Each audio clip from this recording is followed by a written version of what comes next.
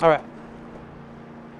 Good evening, everybody. Welcome to the BNR Racing Network here on the BNR Truck side of things.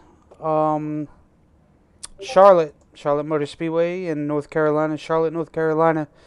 One of the best tracks I think to go to watch a race and just the overall things that the event that they hold for everybody. Alongside of me tonight is Will. Good evening, Will. Evening, Brian.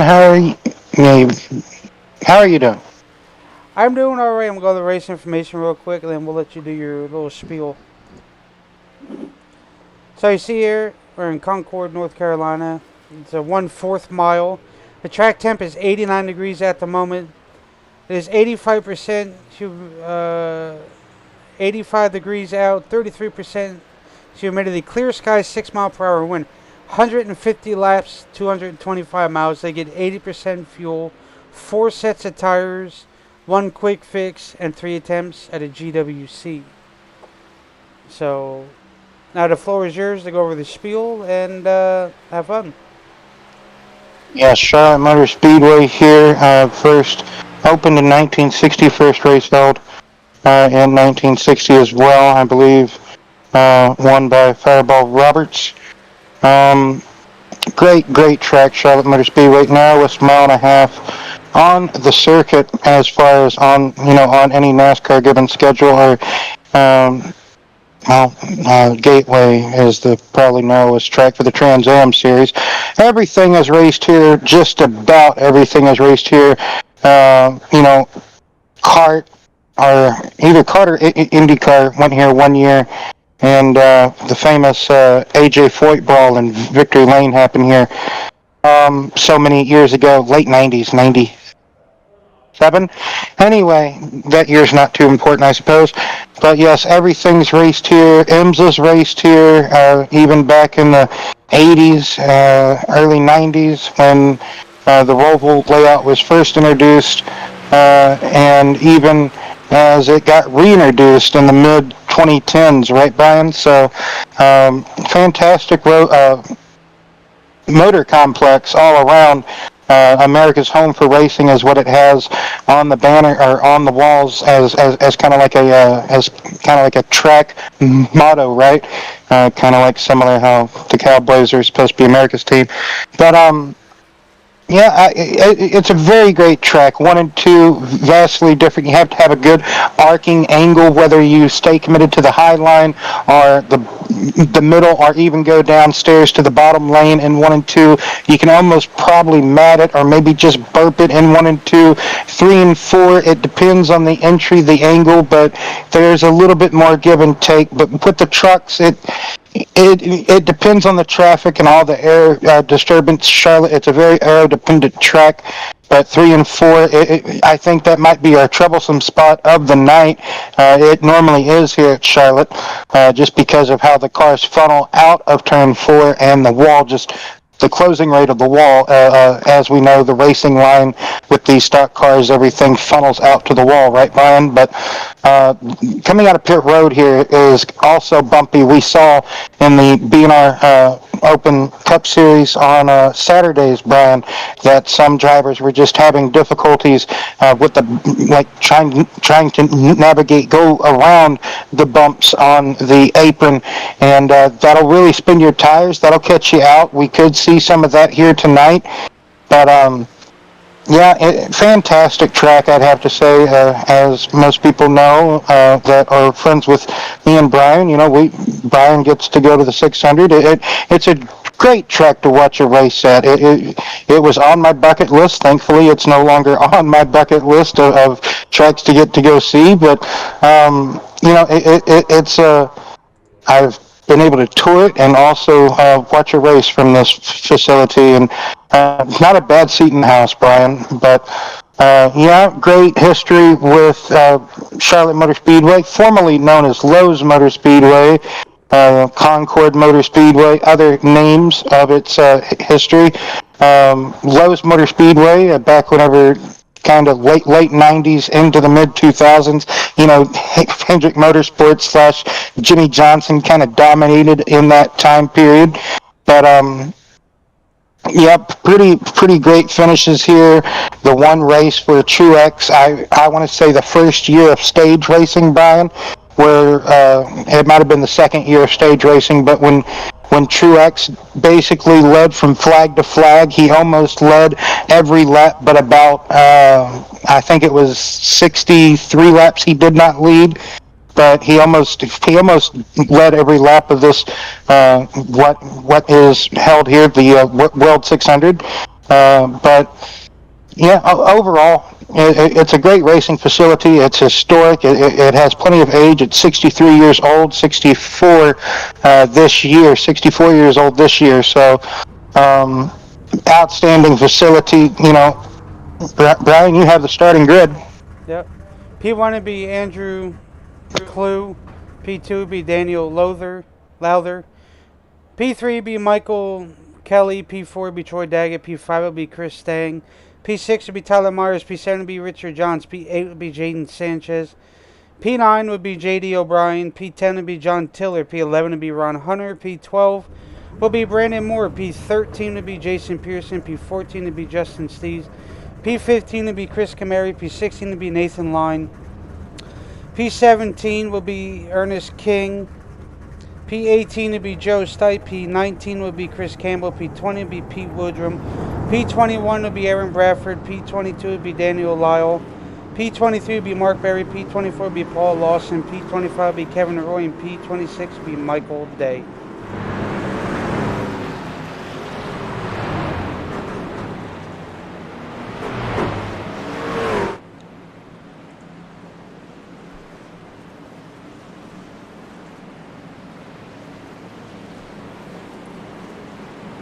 Whew. So 26 competitors here tonight.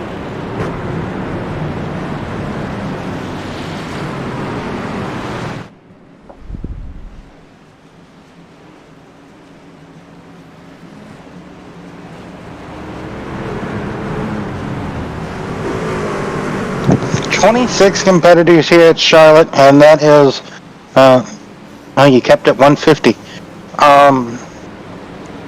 Oh crap, I was supposed to shrink it. Yep, it's okay though. That'll really make the fuel mileage game really interesting tonight, Brian, for sure. So definitely gonna have to use that extra set that these trucks are allocated with, as that Chevy Silverado GMC Sierra peels off the safety into pit road. Come on, Willie. Green flag is out, and Barney waves it. Everybody is underway, getting up through the gears into turns 1 and 2 for the first time of asking, Brian. Yes, sir.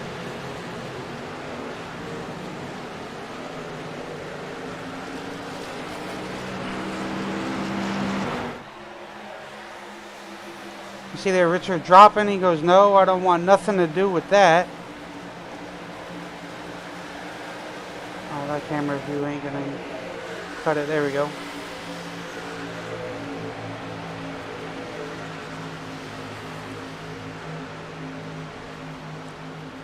So we got a few teammates out here, that's for sure. 47, 48, 72, and a 27. 99, the 18, the 15, the 30. And then you got, I think that's about it, I think. I don't know, I can't really remember everybody.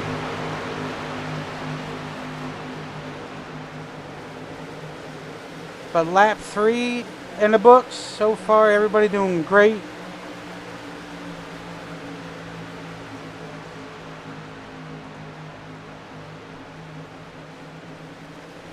I think a little bit more of a cooler track temp, that's for sure.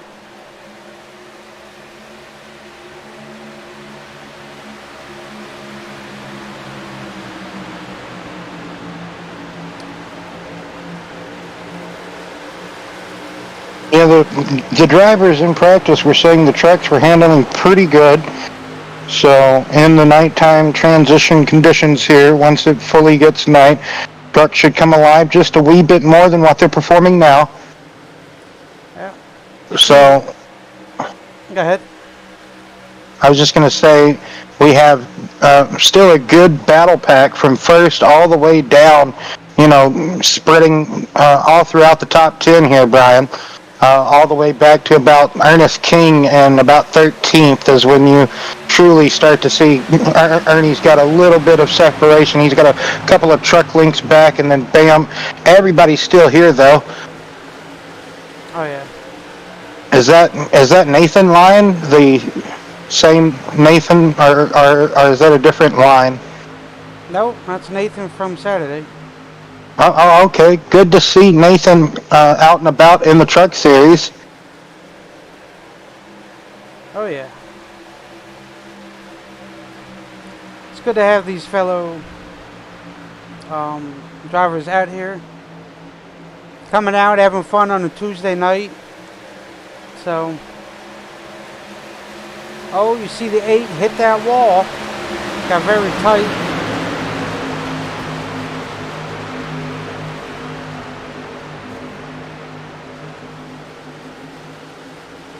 Along with the 48 there.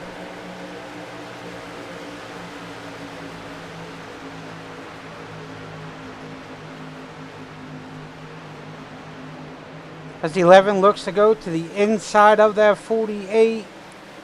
Tries not to push up, but getting tight on the bottom there.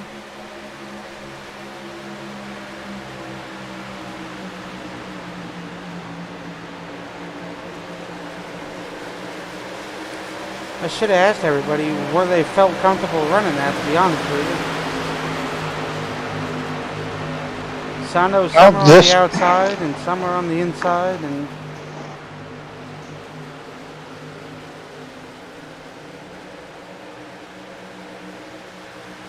as we know, Brian, Charlotte's normally a single lane track until you get rubber laid down.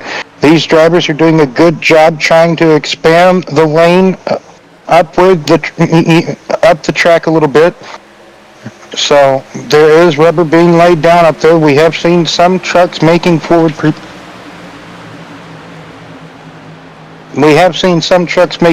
forward progression with that momentum that you can have on the high line.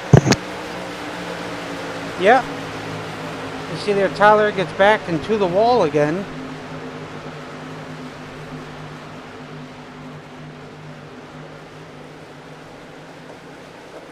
As we got that lead change up here towards the front, the 99 overtakes the lead from the 18.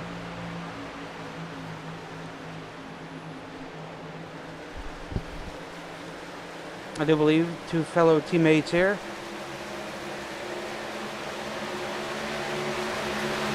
And Brian thinks you did send me the truck points earlier in the day. Troy Daggett currently leading just by over 7 points, though, by Brandon Moore. 147 in total. This is updated points. So, yes. Brandon Moore in second with 141. Ernest King, there's about a good 19-20 point separation cushion from Troy to Ernie. So Ernie has 128 points in third position. Joe Stipe, 117 points. That's Mr. Consistency, if you haven't already known. Mark Berry with 107 points in fifth position. Jacob Carter, 104 points in sixth position. He's tied with Pete Woodrum. Christopher Campbell, eighth with 101 points. Jaden Sanchez is ninth with 98 points, and David Berry will round out the top 10 with 91 points. We have a two-way tie for 11th place, 90 points, with Cameron Smith and Robert Amaral. Jason Pearson and Dion Johnson is tied for 12th with 88 points. Justin Steves has 84 points in 15th, so that's the top 15 in points. J.D. O'Brien is 16th. Chris Camary is 17th. Paul Lawson is also tied with Kamari in 17th position in points. Ryan Swartz is in 19th in points. Michael Day rounds out the top 20 in points here. So, still early days though in the season. We are only on race number 5. Thank you very much, Brian. You're welcome. And next week we go to, oh Lord, excuse me, I didn't mean to say all that. Next week we go to Talladega. I got caught off guard. So I wasn't the one that helped with that schedule. Anyway, so good battle here, like we talked about. Daggett taking the lead away from his teammate, and Sanchez taking second away from Lowther. I will get his name right eventually. Lowther, yes.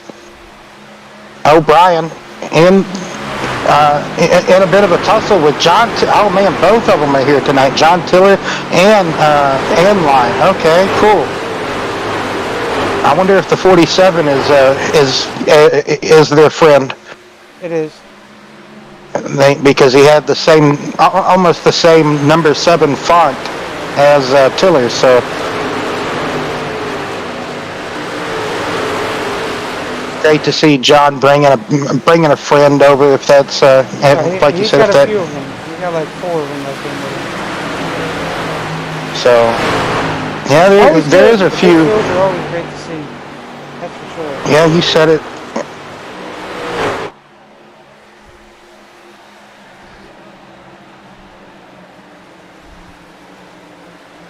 All right, like you said at the top of the show. I don't know if they told you what's the fuel mileage like. 34 to 40 laps. We might be able to see some, like, say for instance, maybe Justin Steves go 40 laps on a full tank. Maybe 39, 40 laps for Justin, perhaps. We know he's normally one of the late pit takers, right? Because he tries to be Mr. Conservative, Mr. Save. Instead of Mr. Steves, he's Mr. Save.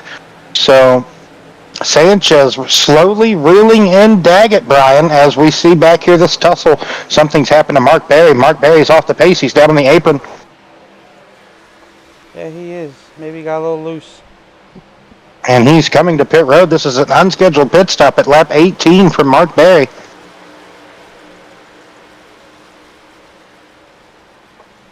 That is.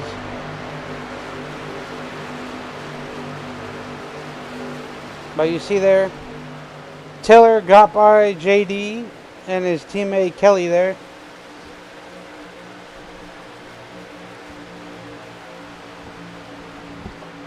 Track temp is 90 degrees at the moment, Will. So that's a relatively calm track, I would have to say, for track conditions. It could be a scorching hot track, but it's still a hot track for sure. 90-degree track temperature, but it's. I would still say that's relatively cool, Brian. It could be, over 100, but it's not. So I'm sure that is kind of almost to these trucks' liking, to be honest. So that's probably why we're, 20 laps into this race so far, Brian, and it is still green. I know in the past, in the BNR Truck Series at Charlotte, we have seen at least a caution in the first 15 laps. Well, we've gotten past that, Brian. So that's good to see this evening. I think they improved, I would say.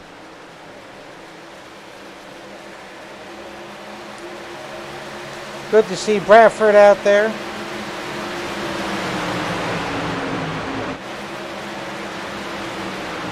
In that 55 machine.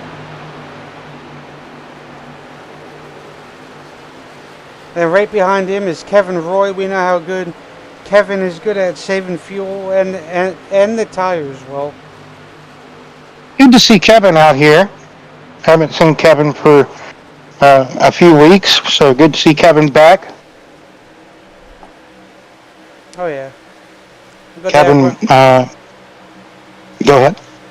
I said it was good to see these two. Back in their old days, they came over from another side that you broadcast on Sunday night. Good to see them out here racing side by side with each other, just like the old times. But believe it or not, the last time, you got some information here. The last time Bradford was in the truck was when he was over there. Bradford hasn't raced a truck over here in a minute? Mm-mm. Well, he was always Xfinity and Cup. It's kind of surprising to know or hear about, you know what I mean? So, But it's good to have these guys out here.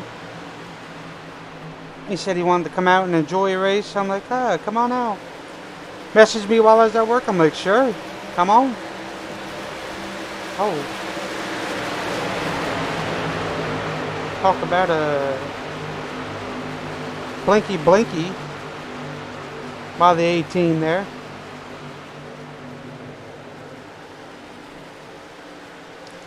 And boy, he got these top 6 all in line here.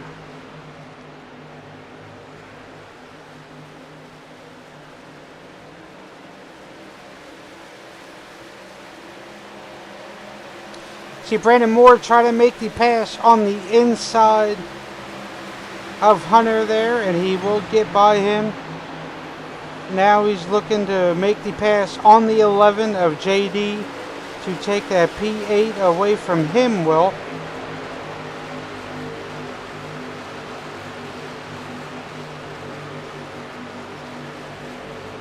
yep, like you said, the top 6 kind of broken away just under a second, or just over a second and a half. And then the front 4, that is just under a second, Brian, 0.7 of a second. So, Lather up here, kind of controlling who is kind of getting by. Brandon Moore in a fierce battle there. That is the battle you're seeing. Jaden is all over the tailgate of Daggett, Brian, as the 18 is finally, people are able to get by Lather. Louder. Yes.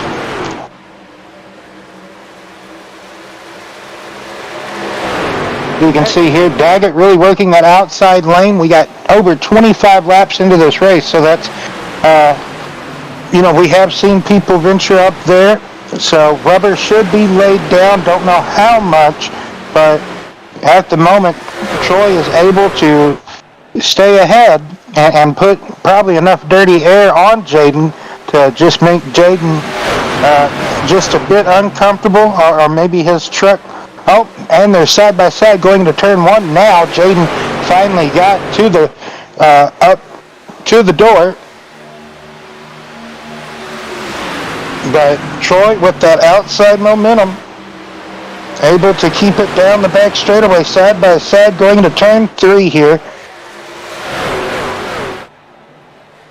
Oh yeah, very tight knit up there. 38, 99, 72, 47, 27 now making his way up there, Will. And bringing with him will be the 48 of Kelly.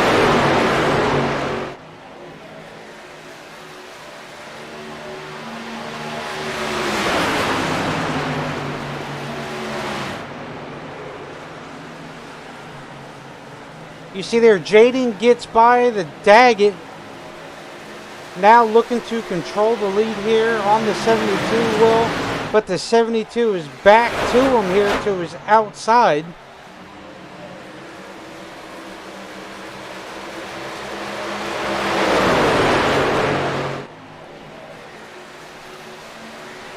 Yeah, Daggett's now going to fall a couple of positions as, oh man, Jaden trying to keep the lead but can't go all the way down. He close right. Well, he did. He did.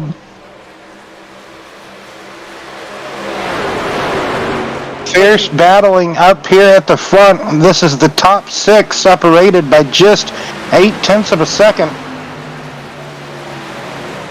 Not the top. Yes, it is. My apologies. Yeah, top 6.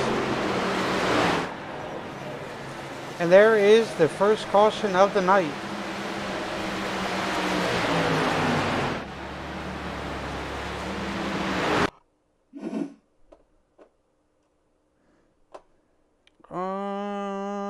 Boom, boom. I think it was right back here. Yeah.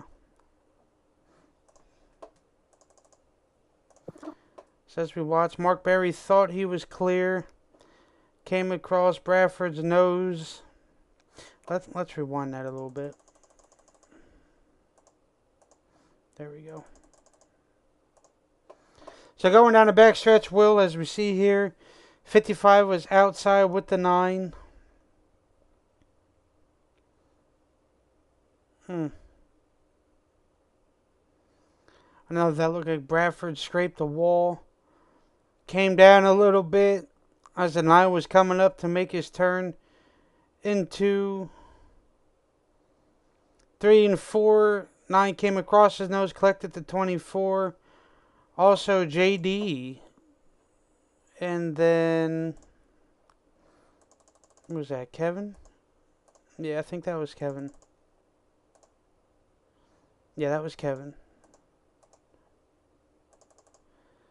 It's a very fought battle in those two spots. You see JD looking to keep Kevin up by the wall, but that wall will only work so much until he bounces off the wall.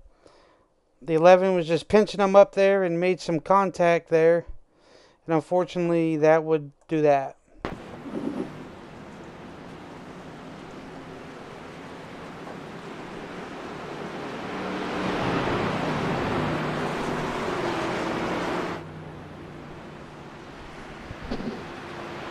So, first caution of the night. Well, Kevin Roy stays out.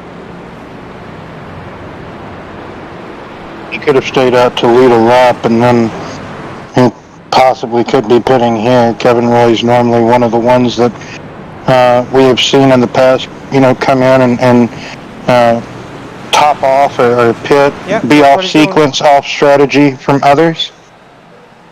Yep, that's what he's doing.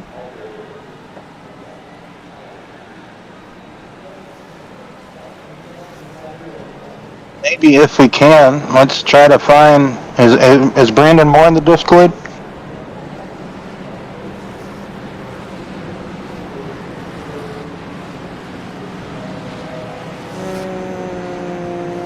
No. Okay, Brandon's not.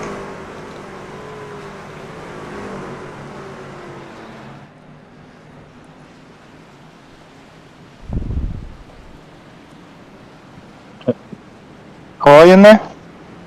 Who? Troy. Troy is, yeah. Let's pull up Troy.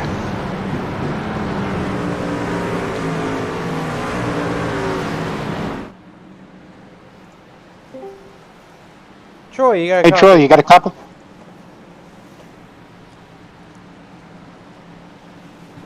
Yes, I do, guys. Hey, so, you kind of lost the lead and also second place there. Jaden ran you down, and just you guys, the whole top 6 was under a blanket there before the caution came out, Troy. Were you just not able to fire off well, or was the truck only getting to like a good medium run on the first set of tires there, or were you just experimenting? What was going on, Troy? Yeah, I was trying to push the tires a little harder because I want to rub with that right front and see what it was at after this first run and know how much I need to back off and kind of let these guys go in front of me go. Right. I kind of figured that's probably could have been what you were doing, just getting a feel for the first set of tires. So now that the cautions came out kind of around where it did, you guys were almost in that fuel window, excuse me. What's kind of the strategy now? Just kind of ride out until the next couple of pit stops, if there is one? Yeah, there's we had 7 laps left in the fuel run. I want to keep try to stay up front because I don't want to be back in the back and lose track position and have to fight my way back at the end. So I want to try to stay up front. So a couple of these tires will good and try and stay up the right front. Well, Troy, you got a lot of fierce competitors around you, and you are currently the points leader, so best of luck to you, Troy. Yep, I'm going to try and stay up front, and thanks, guys. Thank you. Thanks for talking to us. Best of luck, man.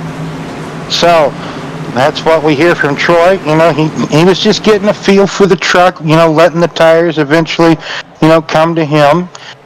He was, like he said, he was just going to let a couple of guys by and then kind of follow them for a few laps, but that caution came out. He said he was about 10 laps or 8 laps from pitting before the caution came out. So, like we just talked about, we were about to see some pit stops, Brian, but unfortunately, contact gets made when we race so close together. Green flag back out in the air as these truckers going to go up through the gears for 4-gear shifters here in the Truck Series.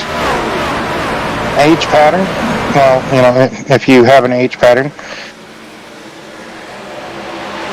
A lot of people just have the paddle shifters, which, you know, nothing wrong with that. I do. So. Here, Jaden with a good start. Oh yeah, it was a pretty even Stevens restart too, Brian, on that restart. I would say for a lot of them there was.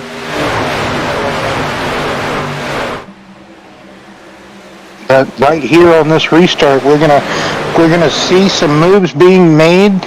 Some drivers trying to get a few positions, what you can on these restarts. We know that to be true. Oh. As you see Jason Pearson, he's making moves. Who's in the game truck? In that green one? I think, yeah. That's Lawson. Oh, okay.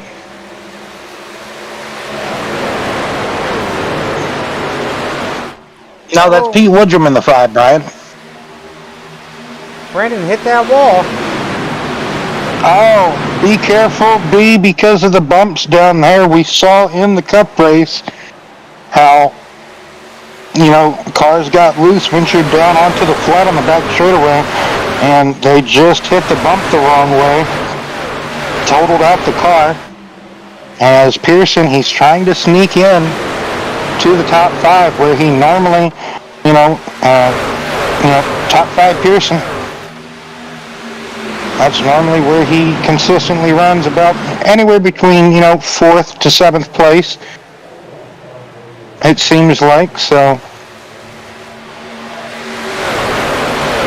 Oh, Justin almost scraped the wall. I think he just nicked it, if he touched it at all. So the load that you're just carrying going into these corners, and you got to kind of, if you choose to go downstairs that bottom lane, you really want to arc it to the wall. You want to get that truck as straight to the wall as you can going through the quad oval on that final left-hand exit on the straightaway on the front stretch. And you kind of just want to get it straight to the wall and then pivot down left and get that truck to set, get the nose to turn into the corner to have this long sweeping left-handing arc.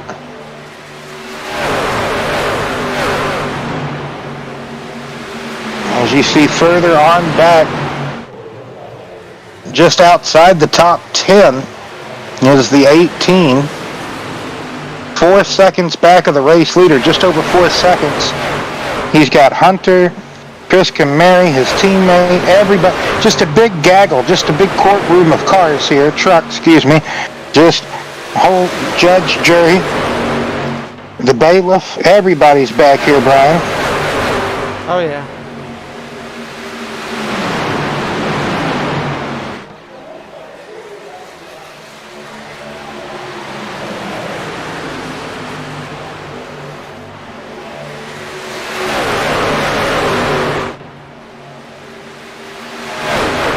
One big gaggle of trucks back there. Oh!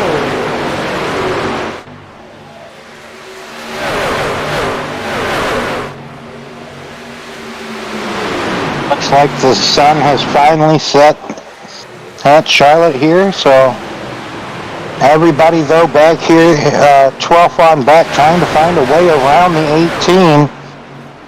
Oh, we got a truck sideways. We got a couple of trucks sideways, Pearson, and a couple of others. I might have threw Pearson under the bus earlier whenever I said about how consistent he has been being, but I wasn't lying, that's for sure. Just unfortunate. It unraveled for Pearson, and I'm going to figure out who the other truck was. Kelly. It was a colorful... Kelly, okay, yeah. It was a colorful truck. Oh, does Pearson get tight here and go towards the wall? I think he was going to. He wanted to cut... I truly... I called you Bill. Truly, Brian, I think we need a better angular shot of that coming out of the corner, because we know how you have to kind of turn in for the quad ovals here on the front straightaway. This quad leg, it's not quite a dog leg, you got two turns here. We're going to get a good onboard third person view coming off of turn 4. Kelly's down low. He's going to kind of come up the track ever so slightly. Pearson's just kind of going to pivot. Oh, they both just kind of meet, but Kelly came up ever so more than Pearson coming down. You almost have to put that a little bit more on Kelly, but truly racing incident because of how close they were racing, and great racing, but sometimes this is the net result of that great racing, right? So they were able to, keep their trucks straight for the most part. I believe Kelly, did he come to a stop before he hit anything? I think he did. So I believe for the most part, these truckers, we did see Pearson, they were able to keep it straight. Oh, I don't think that was a hard contact hit, Brian. Oh, well, there's a second caution. Second caution of the night while we were reviewing another incident here. Love to see it. That perfect timing. Oh, no, not Campbell. Yep. Well, we're going to see what happens here. Looks like going into turn 1. Oh, Lawson. Lawson's going to come down out of the wall. It's going to sponge him out of the wall like a bullet ricocheting off of a wall, Brian. And just, oh no, collects Campbell and innocent bystander Campbell for about 9 out of 10 of his accidents that he's ever a part of. He's always, I would say, 9 out of 10 of the... Oh man, Lawson's still spinning. But man, oh man, Brian, so unfortunate for Campbell. I'd like to see Campbell have a good race one of these races, I tell you what. Eventually, yes. Lap 49. So we hadn't been too long, about 15 laps restarted, Brian. Yep. So 100 laps to go. Some drivers are choosing to stay out here on those 15-lap-old tires, possibly. We have Father, Johns, and Hunter, Lyle, and Steve. Justin Steves. Who's in the 20? Ernie's in the 24. I get Justin sometimes confused because I know he's ran the 24 in the past. So I feel like sometimes I will get that confused every now and again. Just got to remember. Yeah. So 100 laps to go.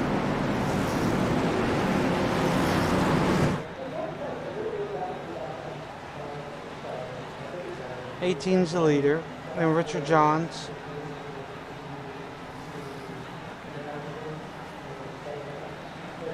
I wonder if they will come back down, maybe top off, or, well, it doesn't look like it to be the case. Maybe lights are still on the pace truck, so they do have plenty of ample time to do whatever they want to do.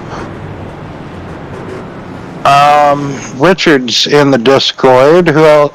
Let's get Justin. Let's curse Justin. We did such a I did such a great job, cursing Pearson. I didn't even have to bring him in the booth. Oh, no, Justin's on pit road. Oh, yeah, he's coming out. Oh, yeah, it doesn't matter. Let's get him anyway. Justin! Yes, Will. Coming back down to top off that Chevrolet. You guys were getting close to a green flag pit stop, and now we're just, and I don't want to say we're having a breeding caution moment. You guys ran about 14 to 16 laps there. So a bit of a silver bullet tonight, eh? So a bit of a short run here. Hoping to get some more green flag runs in, I know. So what are you hoping for? What's your goals tonight, Justin? To hopefully back into a top 10 and not get any accident points. So no incident points and hoping to get a top 10 finish. Well, did you use another? I'm assuming you have used 2 sets of tires so far, right? No, I just came in and pitted for fuel. Oh, okay. So just 1 set of tires so far. It's just topping off the fuel tank. So just going to be a bit more conservative. Are you going to try to get any positions here on this restart, or just be conservative? Probably be conservative because I'm kind of hoping it stays green, and the ones I didn't hit to get fuel, I can stay out longer and get fresher tires if we stay green. You're gonna have 4 trucks in total at the front of the field that are gonna stay out there, not gonna be on any fresh rubber or any fresh fuel whatsoever either. So it's going to be a mixture of guys like yourself that have come back in and completely topped off. So I think that's always the right strategy to do. If you're already in the back, it's not going to hurt to keep coming in and topping off. So just best of luck to you, Justin. Hopefully you can accomplish your goals tonight, man. Thank you, Will. Thank you. There you go. We heard from Justin. We heard his goals and ambitions for tonight's race. Hopefully he can meet those and not be 1 step away from a top 10 like he was last week, I do believe. I'm trying to remember all these races, Brian. Yes, indeed. So got to remember the first 4 trucks did not pit. They are on about 5th. Depending on who took tires, Brian, because maybe not everybody, like Justin, took another set of tires here. Like I said, we just ran about maybe 14, 18 laps. So tires, like we said yesterday, tires, yes, are very crucial. They're very key, but you don't want to waste a set if you just kind of put a set on, right, Brian? So that is very true. So, the 72, 27, 99, as we see here, as they try to maneuver their way through the traffic here.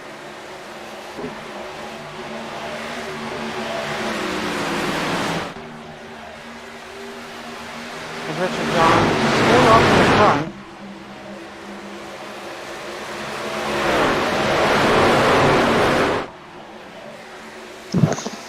Yep.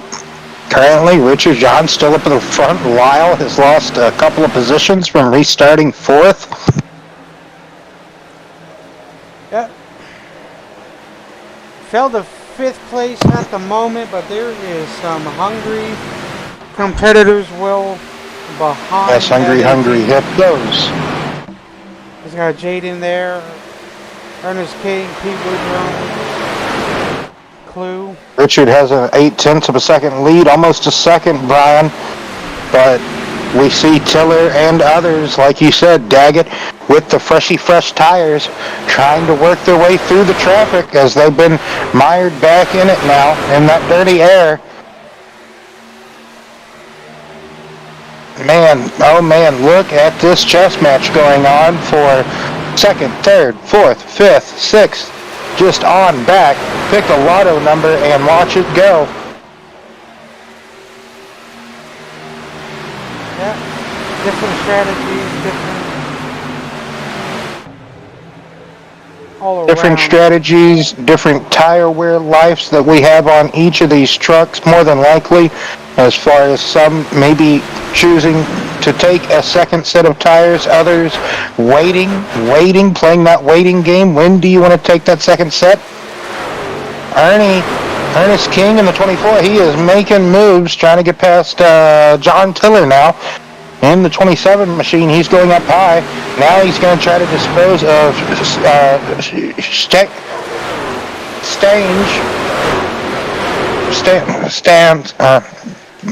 Stang. Yes. I would say that's probably what it is. G's probably. Yes. It's almost like Mustang, but without the muss. Yeah. That's Stang. It's almost like Sting, but not. It's Stang. So, yes. I almost became a German commentator for a minute, Brian. So, you don't want to block like that, so. No, you don't. You do it one too many times, and some drivers will just have already popped. Oh, trouble going into turn one, Brian. They're going to stack up, I do believe. Third caution of the night.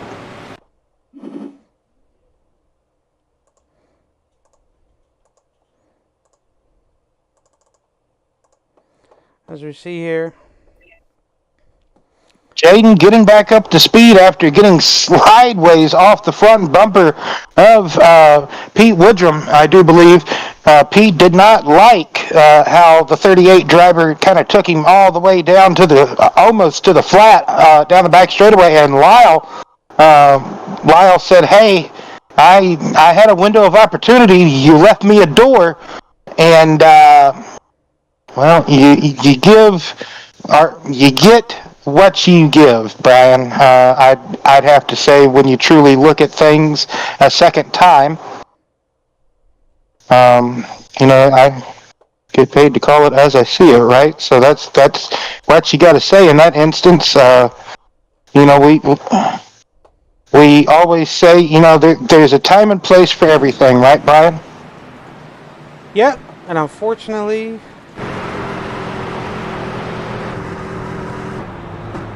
see Richard leading everybody down the pits.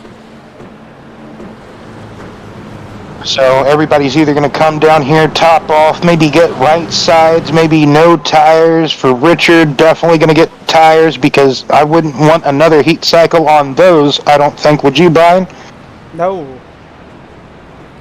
After running 15, or so laps, and then Ernie's going to win the race off of pit road, but okay, doesn't look like no one stayed out. So everybody came in that was on.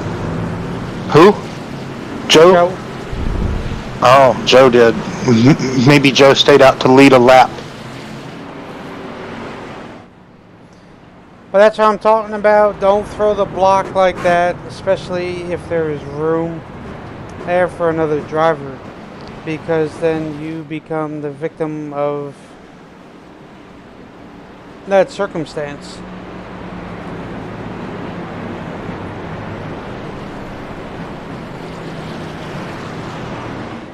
And that's what happened to Jaden. So now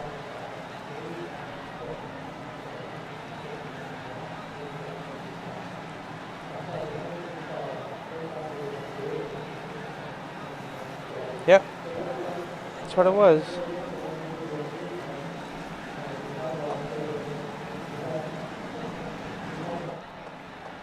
So Ernie is going to be the leader with it all set and done. Looks like we might have a few wave around victims. I mean, Yep. The 9, the 42, the 68. so they will get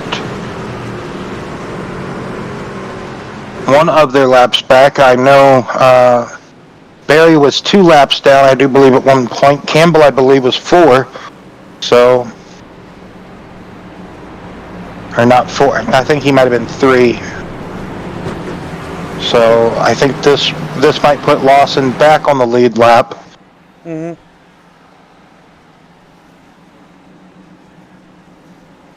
And with it being, 150 instead of 130, 134 tonight, that, like we talked about at the top of the show, that's going to make the drivers maybe, this could turn into a bit of a fuel mileage gain depending on if it can stay green, Brian.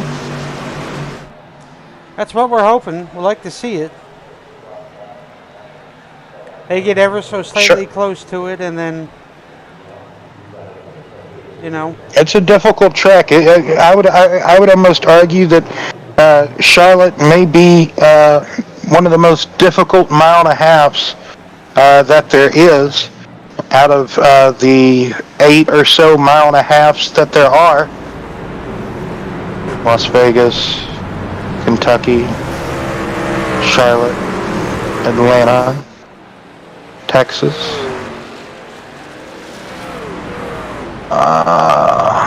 Do we want to count Nashville? Might as well. That would be 6. Darlington?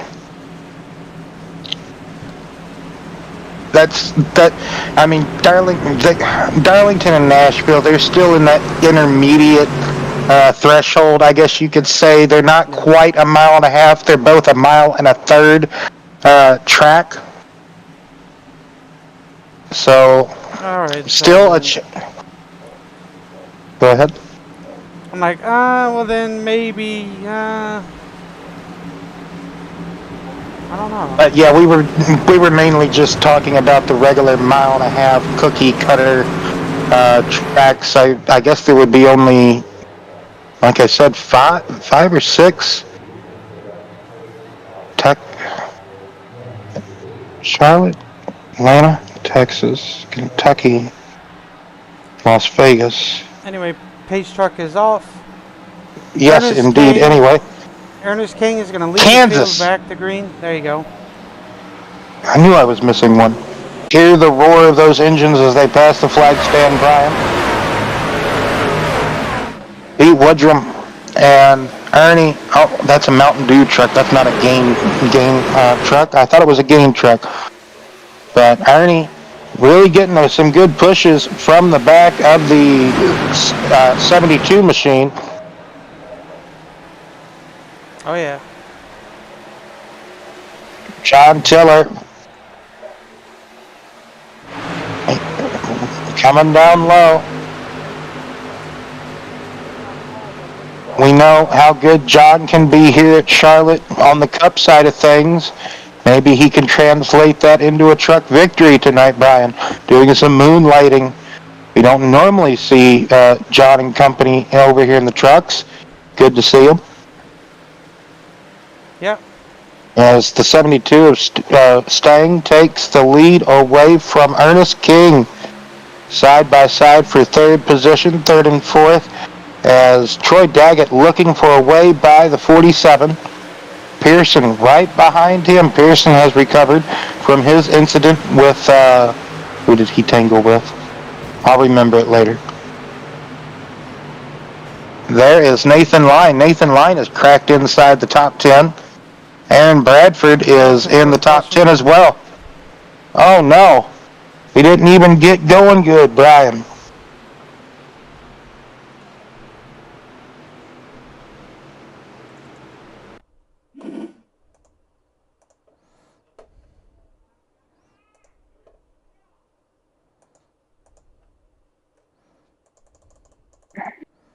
Looks like Justin Steves.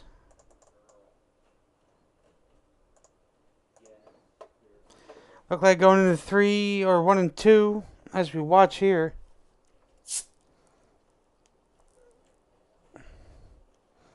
I don't know if he got tight. He's running that middle lane. There was also a tussle up there in the front.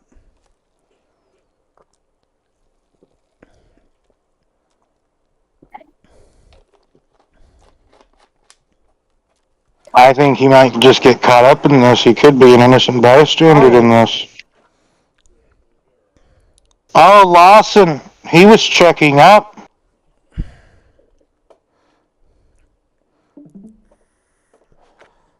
Oof.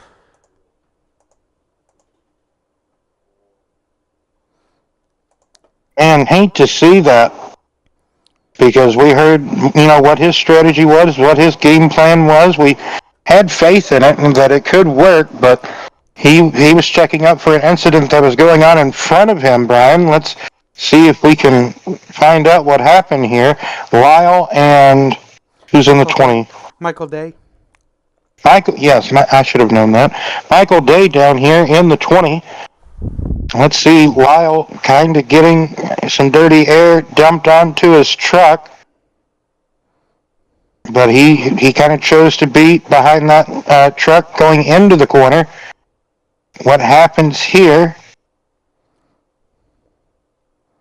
Looks like ever so slightly. He has just the slightest twitch coming out of turn number 2, right as Michael Day is going to come up and hoping to judge to get in behind him, but misjudged it because Lyle just had that moment that kind of just maybe the transition, that bump coming out of turn number 2 possibly caught the Ford truck awry. And right as, like I said, right as Michael was maybe hoping to just get in line behind him, just a mistiming of it right there. Yeah, very unfortunate for Justin. Got caught up in that. Well, good thing these boys have a quick fix. Race started off very good, and then you had the one caution, and then there came a few more to follow. So yeah, we ran about the first 33, 34 laps, green flag.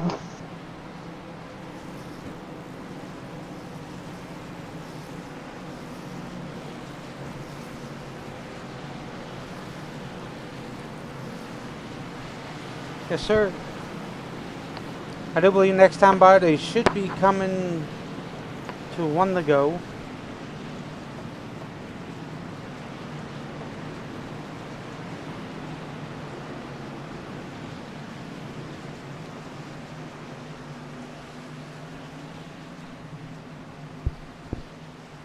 Next week, will Talladega, 80 laps there.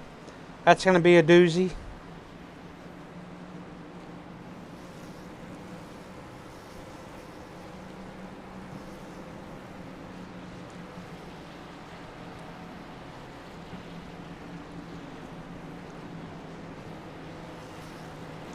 Yep. So next time by, they will go green. As the teammates start side by side.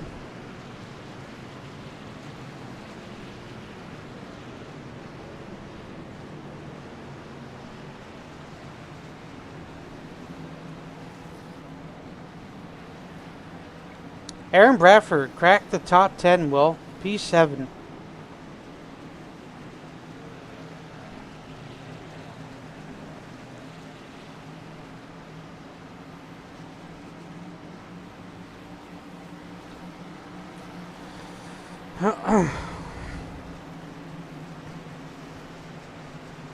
We have a mixture of comers and goers at the moment. P7, like he talked about, Aaron Bradford currently. Next week, though, like he talked about as well, Talladega, 80 laps these truckers will have to do. So that's basically like a 88 or 90% race just about, Brian, as in the real world. You know, they do 94 laps, so, oof, man. Yep.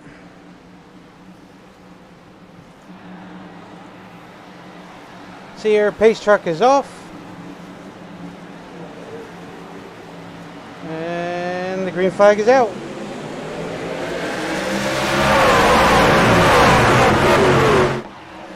This is about right, 'cause this is actually how a truck race goes with solid. For the most part, yes. So.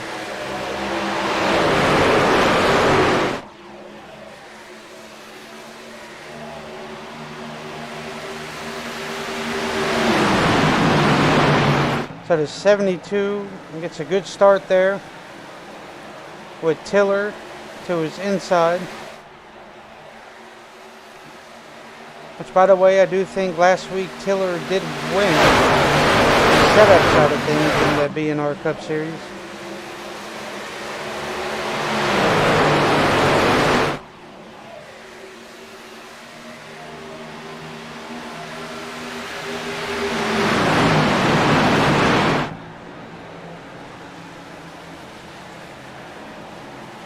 Two more laps, Will, and they will be halfway.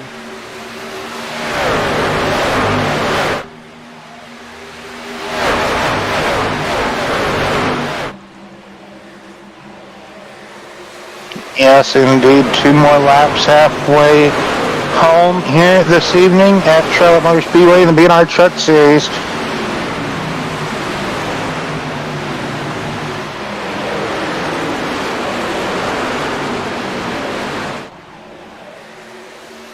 You see Jaden making the charge back up towards the front.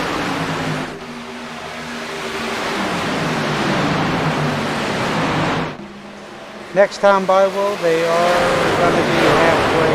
So.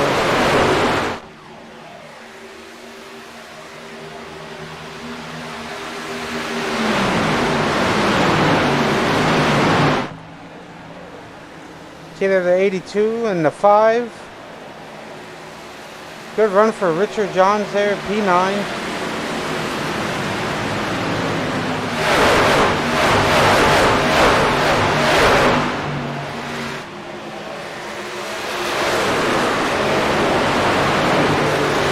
Hopefully they can run her out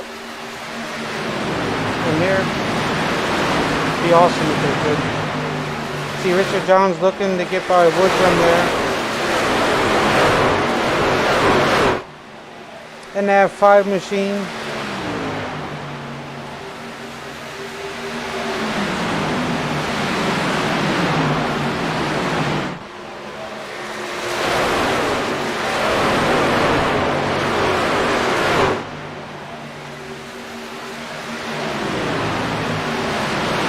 So Daggett is up on the back of Stain. He is trying to take the lead away as that whole gaggle coming off of turn number 4 down the front straightaway. That is 4th on back.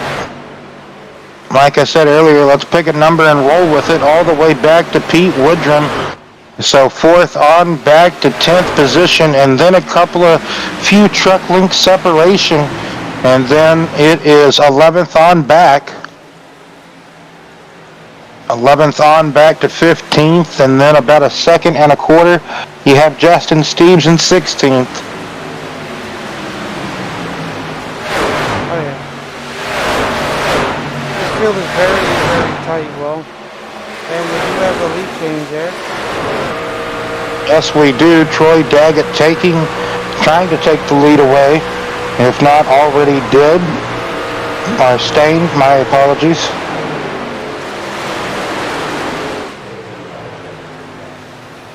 They're going back and forth at it up here.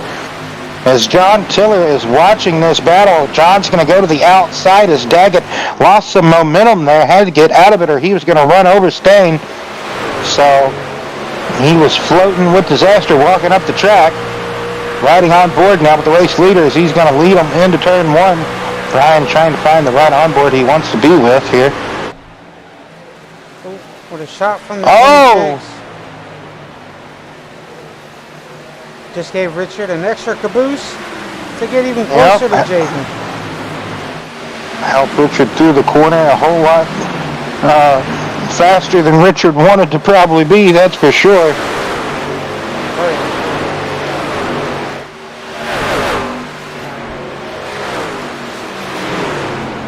yeah. Now Tiller closing in on Stain. Oh no, we got a truck around. That's Lyle and Christopher Campbell. I'm going to stop saying good luck to Campbell before the start of the races. I think that's what's causing it.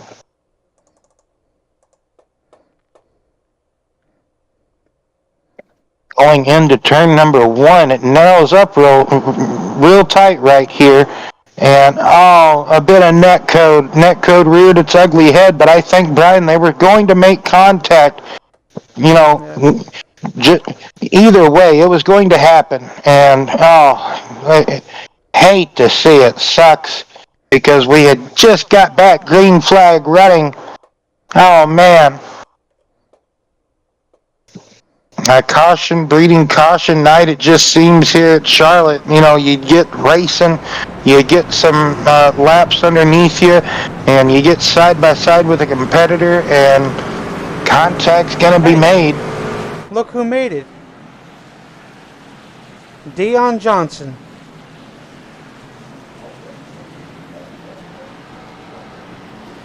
Dion's in the race, or is he on the? Yeah. Is he watching the street? No, he made it in. He's 81 laps down, but he made it. Oh, wow. Yes, he is. Well, Brian, at least he got to show up and he got some points, I suppose you could say. Yep. Because we talked about, I went through the list of the top 20 in points. I know we don't have a chase or anything like that format in the trucks or anything in the BNR Racing Series this season, but just being able to show up and get some points, whatever they may be, that helps. Just getting better placement in the overall standings, regardless. Yep.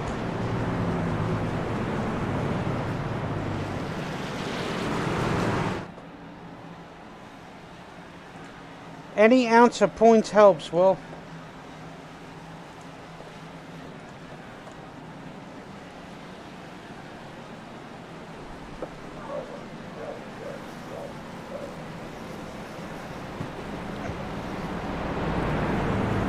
Hey, very unfortunate for Campbell.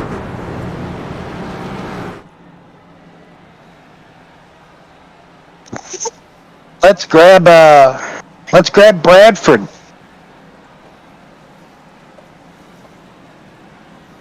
Aaron Bradford.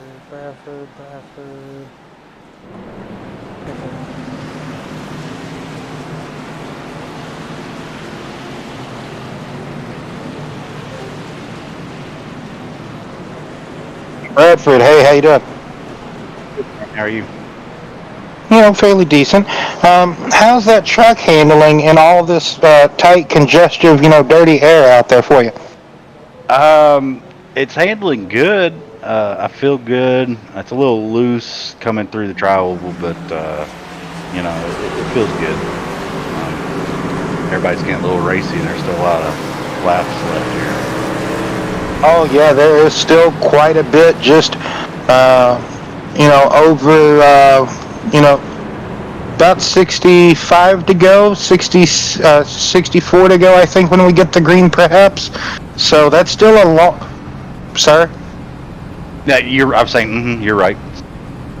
So that's still at least a pit stop, with the fuel mileage here this evening. So still conservative. We've seen you inside the top 10 tonight. What's your goals for this evening? It's been a while since you have last been in a truck, Brian told me. Yeah, it's been quite a while. Really, my goal was just to come out here and have some fun tonight.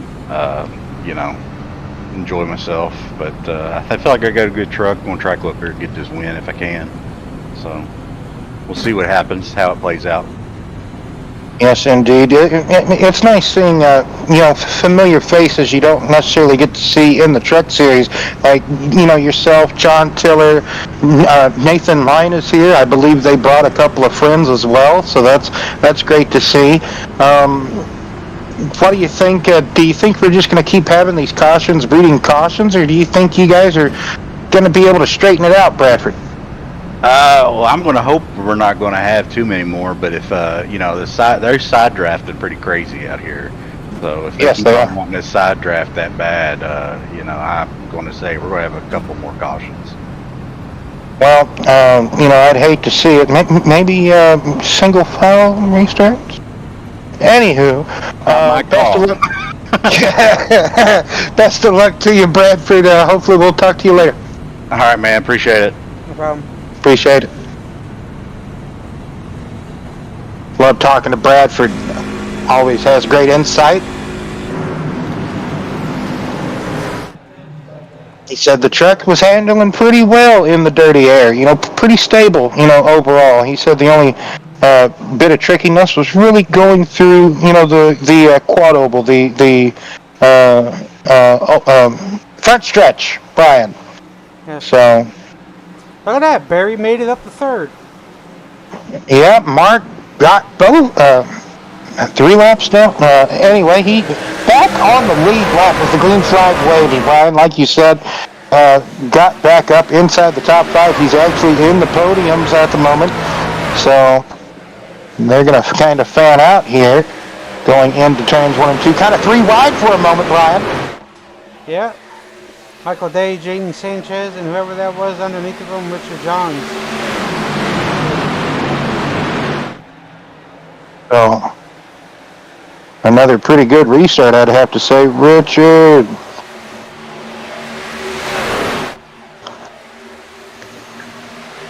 Man, oh man, what a gaggle.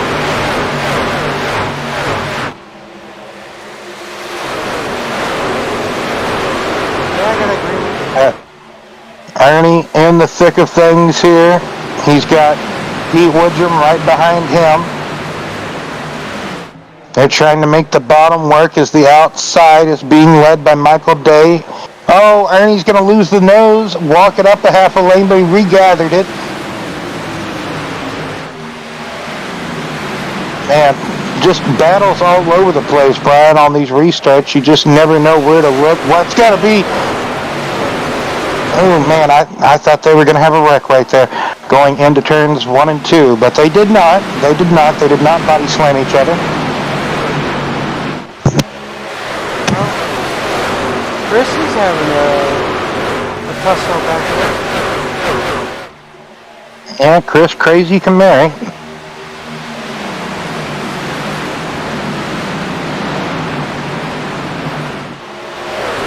So staying the race leader, John Tiller in P2 at the moment. Troy Daggett, P3. Rounds out the podium. Oh, yeah, they are. Yeah, they are.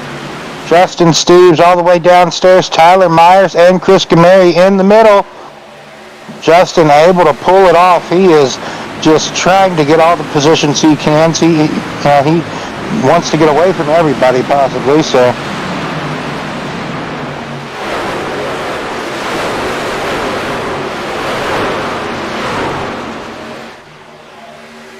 Oh yeah. 90 or 150 completely. Yep, 10 laps away from 50 to go. I do have to agree with you though, Brian. That feels like a real truck race almost, with how the cautions has almost been dabbled here and there. Oh! Don't know who that was that tried to bring the wall down. Now I think I knew who that was. That might have been. I think it was Bradford. It was Bradford trying to bring the wall down. Bradford, yeah. But that didn't really hinder him too much. As Bradford gets up to 8th place here.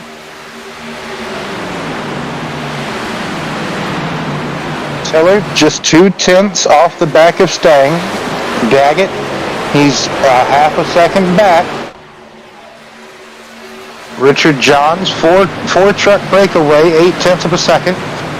And then Nathan Line, and then Kelly, Sanchez, Bradford, Barry, King rounds out the top 10, Brian.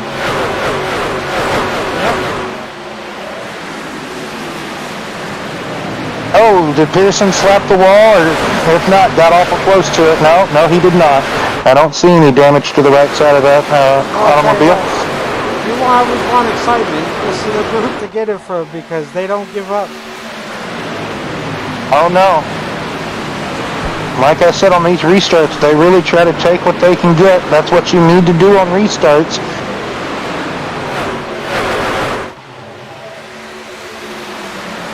Well, if they can stay green for the next 2 laps, then we can go to our crank it up section, Brian. Hey, this is the battle for third. This is the battle for third. Richard Johns, Troy Daggett, and right in front of them is the battle for the lead. Battle for the lead right in front. It is Stain versus Tiller. Tiller and Stain. And Look at Bradford. Look at Bradford. Yeah, man. Really hanging tough on that outside. He's hanging 10. Surf's up out there. Man, that Sunoco sign really knows how to get in the way. Troy Daggett, he's trying to keep everybody at bay. In third position there. He's trying to fight him off with a stick, Brian.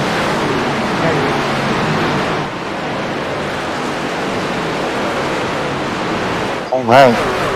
Now we can go to a fabulous portion of the night, if you would like. There's a speed logo there.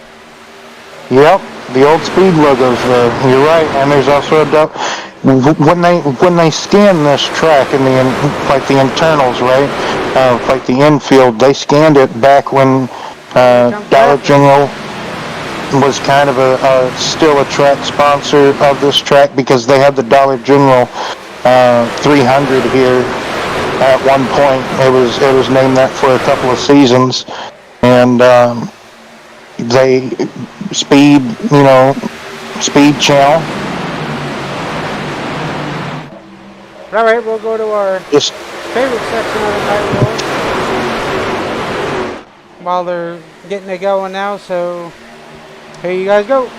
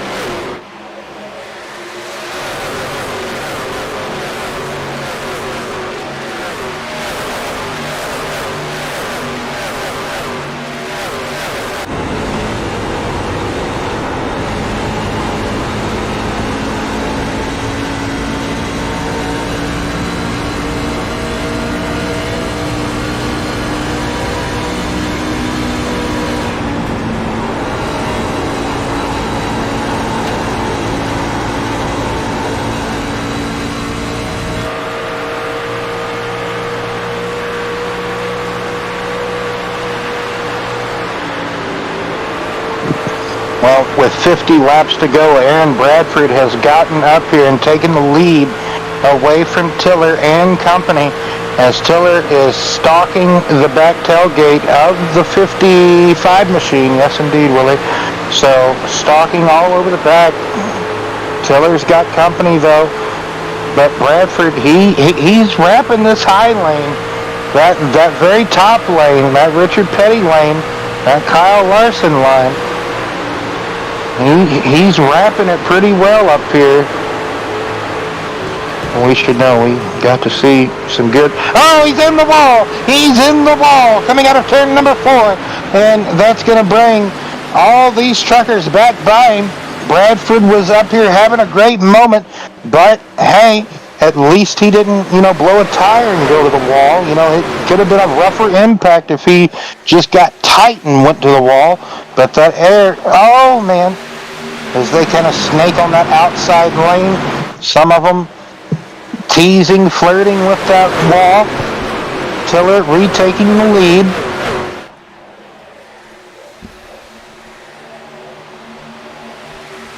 Oh yeah. Tiller staying, Woodrum. Bradford gets back to the 4th position. Then Daggett, Kelly, Blue, Stipe, Richard Johns, and then JP round out the top 10 there, but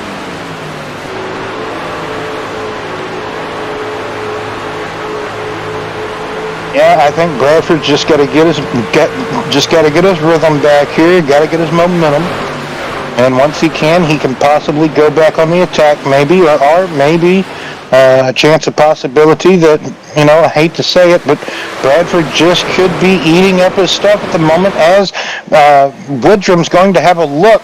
I think Woodrum's looking. He's wanting to see if he can get a run on the race leader of John Tiller. Can't get there. But he's looking. He's teasing all over the back of Tiller.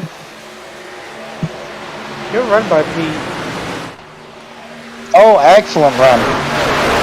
Excellent run by everybody tonight. You haven't seen too big of crashes, to take out a handful of trucks tonight. So everybody's, for the most part, trying to give each other loads of space and room. There's been some side drafting conflicts, but for the most part, everybody's trying to be minding the P's and Q's. We've just seen a few mistakes happen, but nothing too major, as we have 45 laps to go, Brian. Yes, we do. And a pit stop. Yes, they still would have to owe us a pit stop from when we last went back green. So, I think as 2 truck breakaway, might have hurt him a little bit. yeah, just ever so slightly. He did drag it down for about a corner and a half, so he just couldn't tug the wheel or tug the truck out of the wall in time to where he, started to lose those few positions that he did. 2 truck breakaway at the front with Woodrum and John Tiller here. If you don't mind, Brian, give me back my scoring pylon. You have it. Please. I do? Yeah, right there. Give it a minute. I just see. Okay, I'll give it a second. I was just saying, I still see the ticker or the crawl, but I'll have faith. Yes, there we go. Thank you, Brian. So,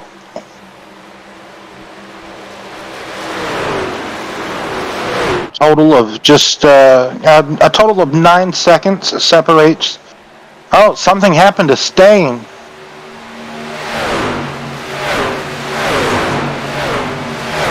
He pitted. Yeah, he is in the pits.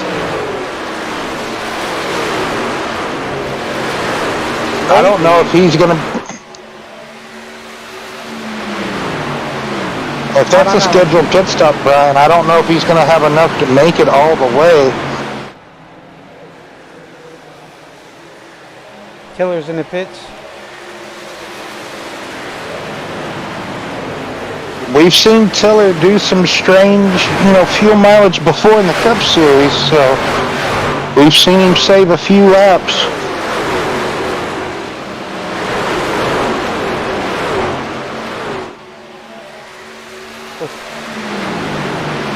And look at this, they're about 3, almost 4 wide. Lawson going way downstairs. He's going to wash up the truck, make contact.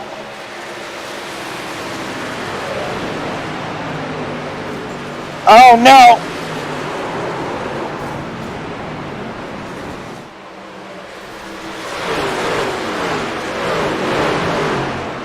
Our sixth caution of the evening, Brian, and they're still not done wrecking. Nope.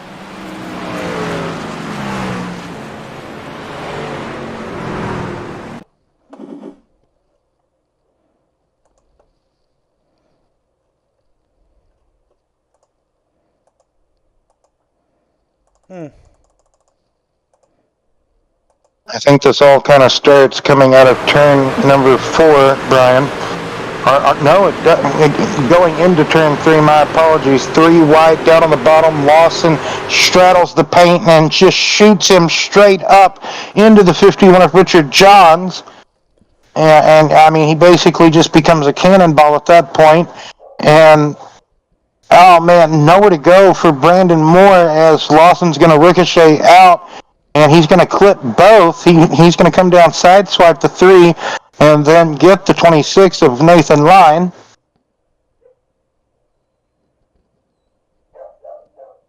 Lawson sunk multiple battleships with this torpedo, Brian. Yes, he did.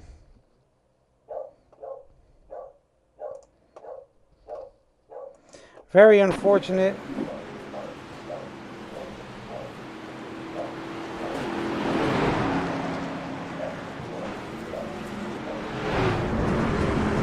Did these truckers get a fast repair this season? I can't remember. Yes. Okay, yes indeed. So 1 fast repair. Sorry, Brian. It's difficult with all the other. Nope, you're good. I try my best to remember all the stuff, all the things you got to know. So, I do believe this caution's going to extremely help out John Tiller. I don't know about Stang. Stang might get a wave around here, Brian, because, they had just committed to making pit stops there. But we do suspect, and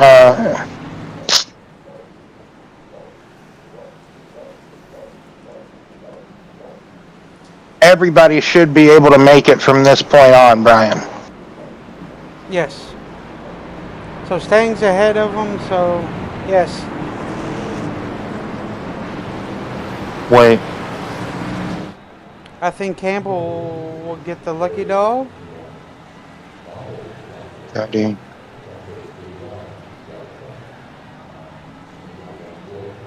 Everybody should be able to make it from here, yes, if I just can do math correctly.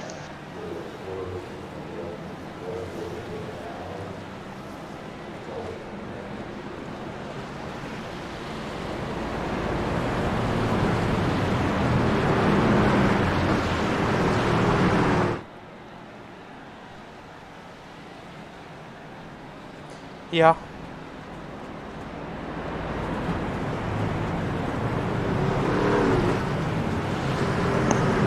So JP won that battle off pit road.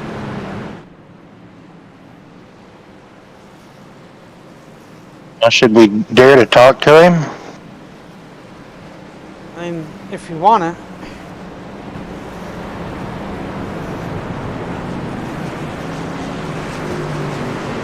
Like everybody we talk to, we curse.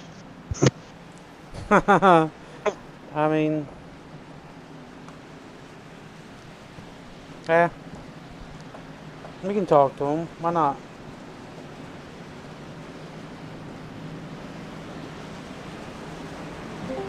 JP, Yo, how's it going, sir? it's going, man. It's going. Well, you had a slip up earlier in the race there, being up in the front. You end up collecting it pretty daggone good, I would say. How is the truck overall at this current time? Right now it's great. Used my fast repair. I still got a set of tires in the hole. There you go. I just put right sides on this last pit stop here. There you go. Do you have enough fuel to get to the end is the question. That's gonna be a iffy. Alright, so be an iffy for most. Well, I'm at 39, but you know what I'm saying? We got, what, 35 to go? Yes. Yes, sir. Yeah. It looks like It's gonna be close. 34 when we get the line, yes. Yeah, it's gonna be close. All right, sir. I don't want to distract you anymore because you guys are coming green this time. Best of luck to you. Hopefully you can keep her up there in the front. Appreciate it, fellas. Oh, oh, oh, That's right, big dog. oh, oh, oh, oh.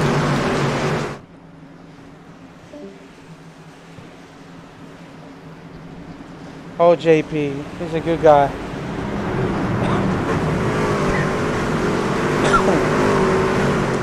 He always carried that slogan and motto with him, so ever since the console side of things, so good for him over here in iRacing, doing what he likes to do, so JP will lead the field back to green here.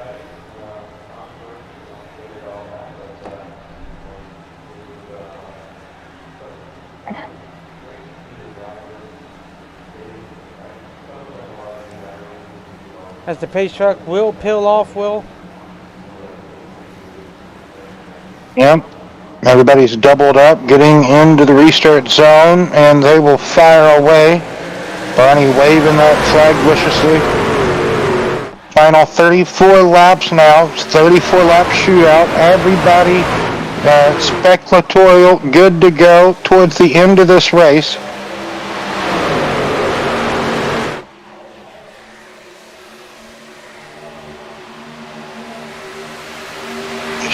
Boy Daggett making moves, getting up to that high line, getting in behind Kelly. Oh no. Oh no is right. And we're going to stop pulling people into the booth. Yep. I believe that we had a truck going around behind Pearson. It was, I think it was Richard. No, it was someone. Oh, it was Nathan Lyon. Nathan Lyon got down, straddled the paint, and then Richard just kind of nowhere to go. Just kind of everybody's trying to check up, and just oh, it was rather multiple trucks just having a rough go at it on this restart. Yep. See Nathan Lyon, he was probably just checking up and probably checked up too much for 3 and 4 and got that truck pointed too low, straddled that paint. It was giving him all sorts of fits. Richard saw that. He's trying to check up for it, but you know, you can only check up so much, and then, you know, like I said, I don't want to keep pulling anybody in because every time we talk to them, they get caught up in something, or oh my goodness, makes you feel sick to your stomach. Like commentators' curse could be a true thing, because you know earlier. Bradford back up into the top 10. He is currently one spot out of the top 5 in 6th position. Yep. Hopefully I didn't, scare anybody there, but Chris Camary, I think he just, no, he's been inside the top 10 already, but that was under one of the caution cycles, I do believe, that we've had. Joe Stipe, he led a lap under caution, so he got a point for that. Dion was the lucky dog, so Mr. Johnson gets his lap back. Yes, because the 18 was involved. Well, he was one of the trucks involved in the caution, Brian. It was just a handful of trucks that just had separate, either had their own thing going on that lap, or they decided they wanted to be a part of it, Brian. So.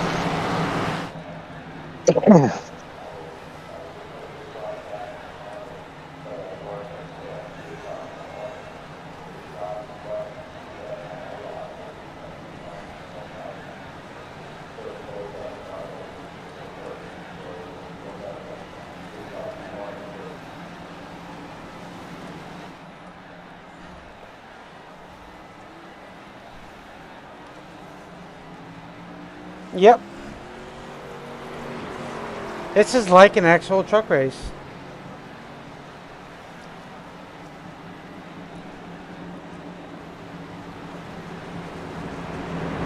Just like it. Yeah, it kind of is. So 30 laps to At go, least- closing in on that 25 mark. Boy, these drivers will be happy when this is over, that's for sure. Let's grab Jaden.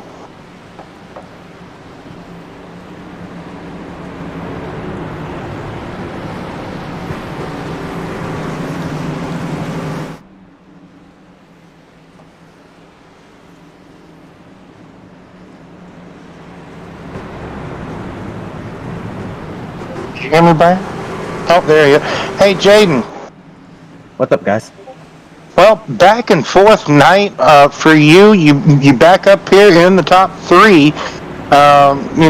You're gonna be aggressive. Is this the time to really charge and try to take the lead, or are you expecting people to just maybe more breeding cautions moment, as we've just seen a little bit here, or what's the strategy from this point on, Jaden? To not get dumped. You know, that's honestly the big thing. That's not another get dumped by impatient people. It's cliche for me to say, but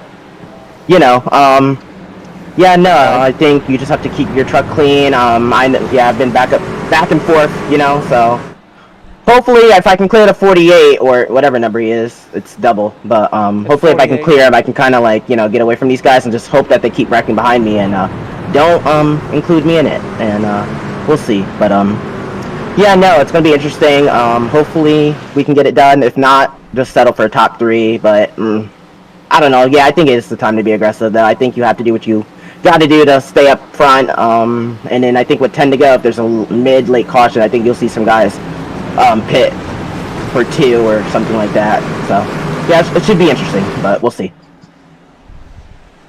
All right, Jaden. Well, thanks for talking to us. Looks like you're getting doubled up here. Best of luck to you, bud.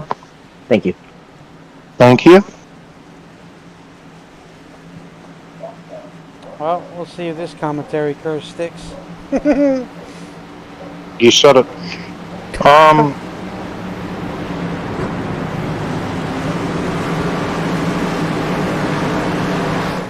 So Campbell is out of the race, unfortunately. Rough night for him. Hate to see it. Hopefully he can rebound back at Talladega, which we know he was very good there last season. Pace truck is off, Will, as the 48 truck will lead this field to green. Green flag is out. Jaden with a bit of a blinking moment, probably might have, I don't know if that unsettled Daggett or if he kind of hesitated, but that might bottleneck that outside line just ever so slightly. So Kelly a bit in control of the race here at the moment, as they're jockeying behind. Pete Woodrum on that bottom lane. He's that neon green Mountain Dew truck.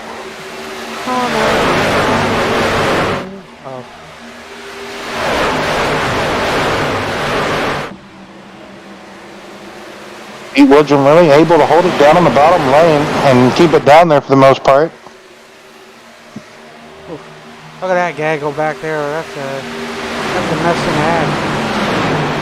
Yeah, it's a bunch of wacky racers back on in here, so Jaden got the lead away from Kelly on the outside, so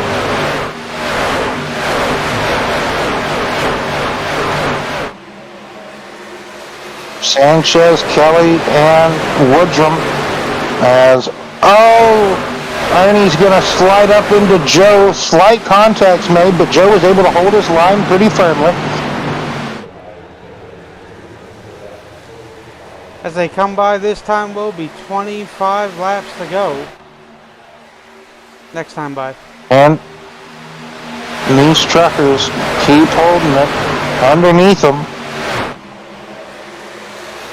for 25 more laps. 26 more laps at the moment, but yes, 25 to go at the stripe, like you said.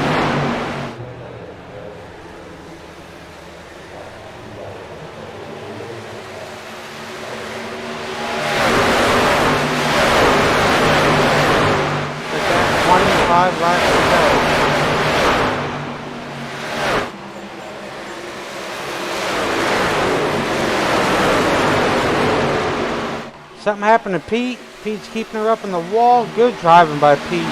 Awesome job, buddy.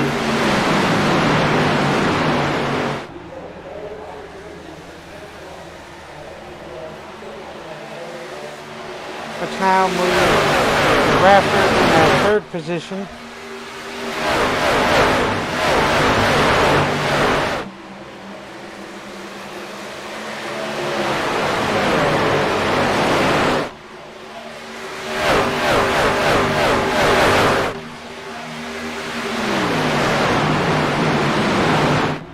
Yep, Sanchez, Daggett, Bradford, Kelly, King. That's the top 5.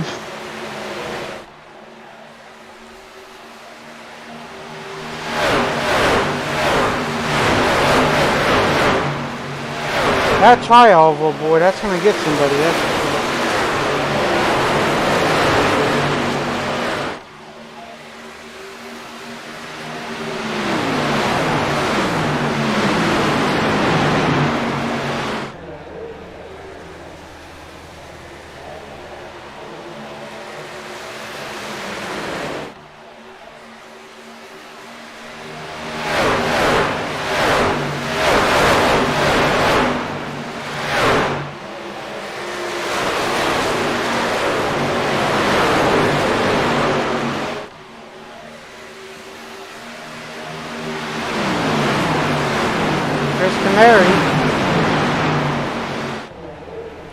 almost had it coming together with that 25. Oh, 27.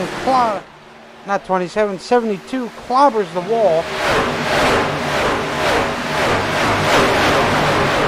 And able to keep it straight, keep it going as Joe makes sure it still works as well going into turn 1.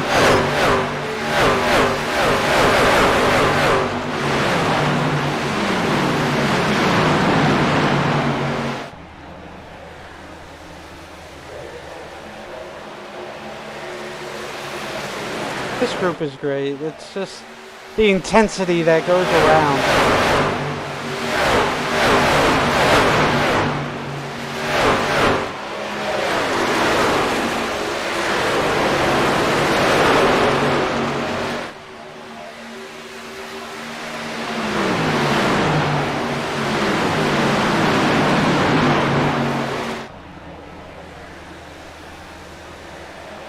Poor Chris caught on the bottom. Can't really get momentum going at this time. Oh!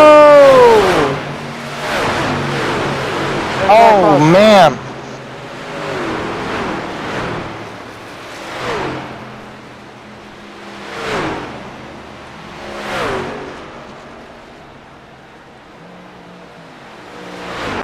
They just came together going into the quad oval there on the front straightaway. They just had really a coming together, Brian. That's why I said this quad over is going to get people. Just like what we saw earlier in the race. I'm trying to remember who it was earlier in the race, but yes, similar incident. Justin said, "Hey, bud, I was down here. I was definitely down here. I had a nose on you. Just unfortunate for Stain. If he did not know, the spotter probably cleared him, but then, he wasn't clear, so that possibly could have just went on to the spotter. Not sure if Sting is using an actual spotter, probably just the iRacing one, right? The AI spotter given to you by iRacing, so. Probably. So yes, Brian, we did see another caution before the end of the race. Question is, do we see another? And another. And another. So, Jaden probably could have had a questionable lead if it wouldn't have been for that. He could have been pulling out. I wasn't even checking because of how intent everybody was battling, right? I was so focused, caught up on that. But, man, Daggett's not going to pit here. Ernie's going to stay out. Bradford's going to stay out. Joe's going to stay out. Hunter's going to stay out. Yep, a lot of guys, Brian. Yep, they stood out. I wonder if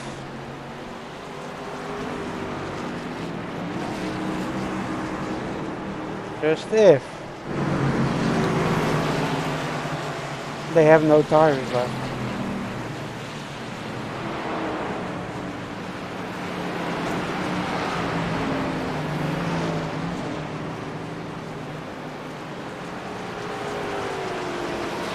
It could be a possibility, Brian, of them not having enough tires, coming down periodically with the cautions that we've had.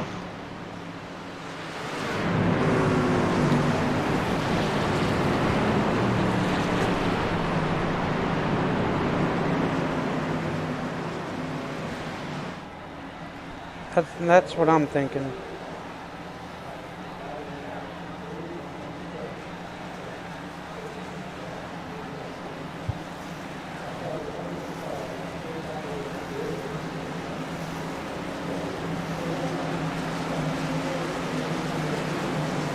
So 16 laps to go.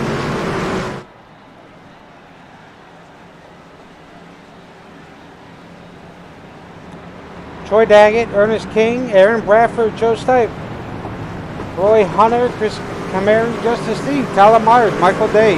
Jaden Sanchez is your top 10, Will. And that is cue for me to go use the restroom real fast. More.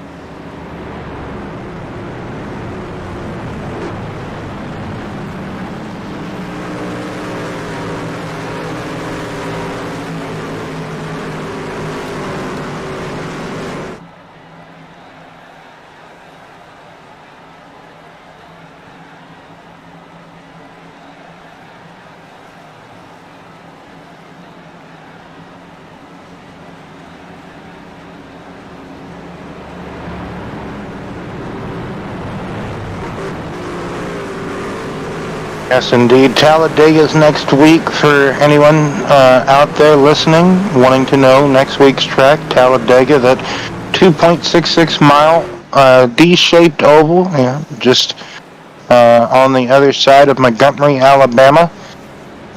Talladega, Alabama, to be exact. Almost like you're going towards Mobile or Atlanta, more or less. So. Troy Daggett, though, Ernie King, Aaron Bradford, Joe Stipe, Hunter in the number 30 and 5th position, Chris Cameri, in 6th, Justin Steebs, Tyler Myers, Michael Day, and Jaden Sanchez is going to round out the top 10. Well, that's good. Yes, indeed, Brian, going to get the restart with 14 laps to go.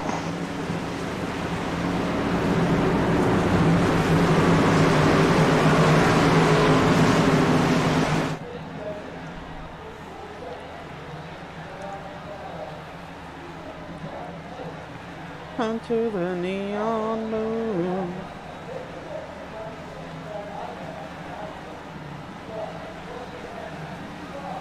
You see here, Daggett, King,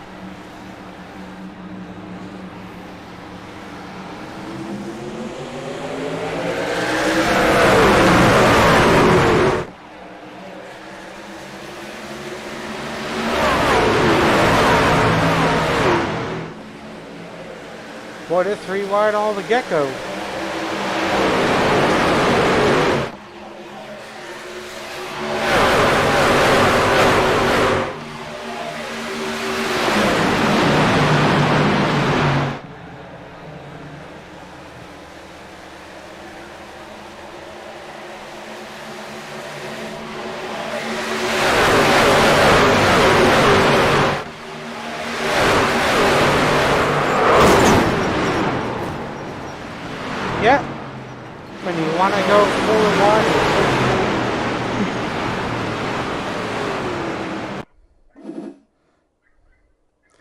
That is the nature of the beast. Oh man, teammates on either side running out of real estate, Brian.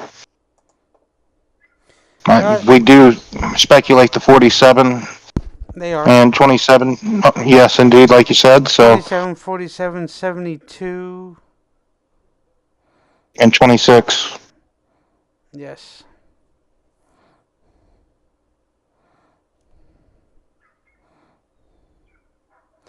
Boy, this race would have been done by now.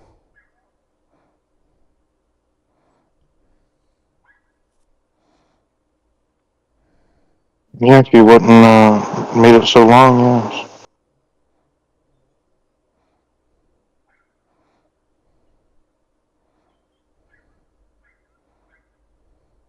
Yeah, just hard racing in the closing laps of this race, like we talked about. 4 wide down the front straightaway, 3, 4 wide. Doesn't really work here at Charlotte Motor Speedway, Brian. No, it don't. I don't think it ever did. Not even in real life. No. They tried it in real life, and the same outcome that we had here is the same outcome they got. So.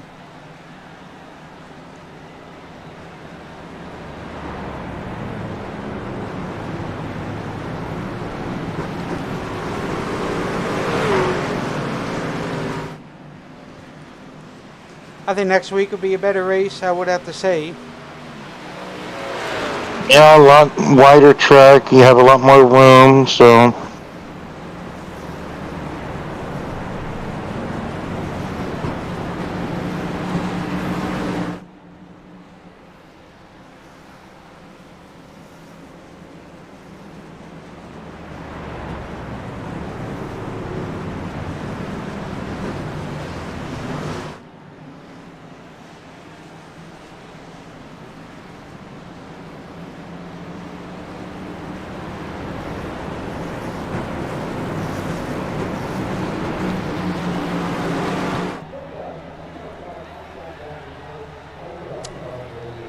They'll probably come back to go with either 8 or 9.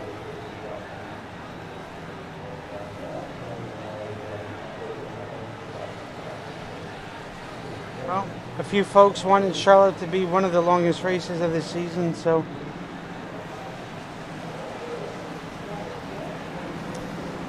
thank those fellas for wanting this race to be the longest one. So I think next time by, so we'll be coming to green with 8 to go.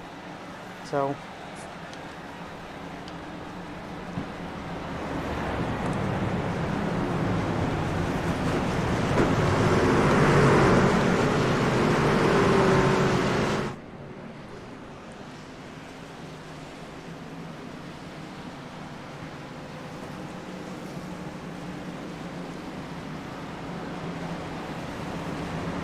Ninth caution.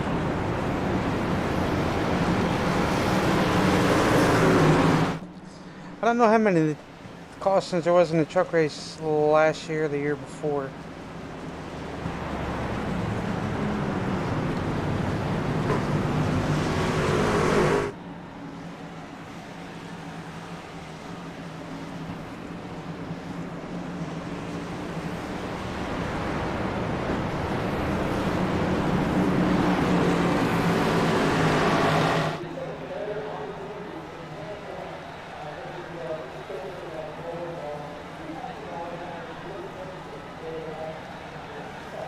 Onto the neon moon.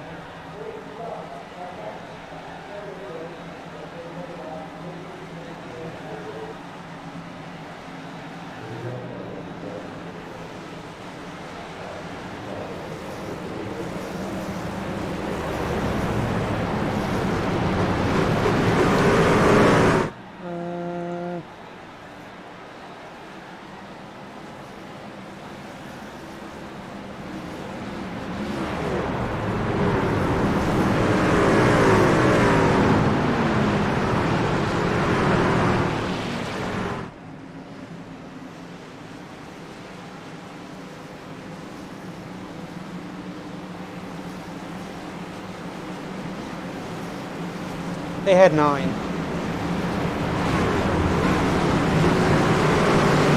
Last year? Yes.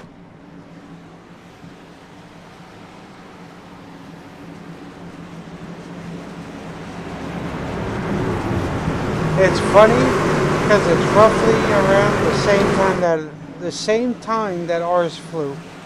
How ironic. Well, they had one very early though.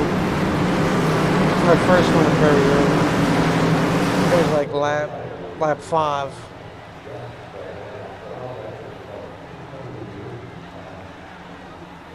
Yeah, that's what I said. What I did earlier about like being able to go, Alright, Will. Past lap 15. Mm-hmm. Daggett. You're gonna lead them back to green again. Green flag is out. One of the flag man waving that green flag. And Daggett. Well, get them going. And then here they go. That's double.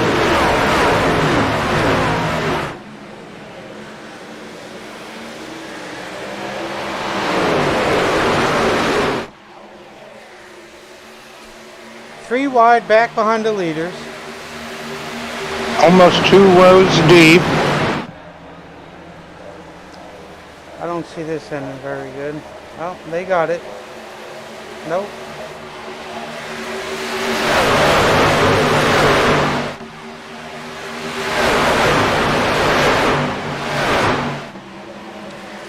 They end up getting it, so that's alright. Oh, I'm gonna shot to Aaron Bradford.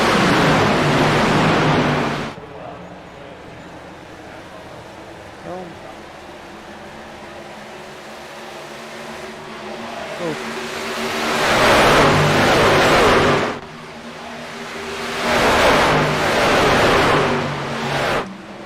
6 laps to go. Look at that. Brandon Moore is up to 3rd. Got to be to take the lead. Yep, just like that. There he goes.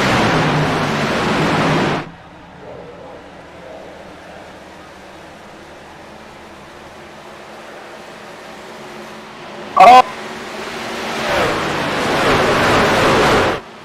No! Can they keep it straight, Brian? Can they keep it straight? No, they're not going to be able to. Hard wreck coming back up onto the track. But oh no. Parking lot. I say parking lot. I thought it was going to be a bit bigger as you see Jaden and Stain doing some bahaing down in the infield.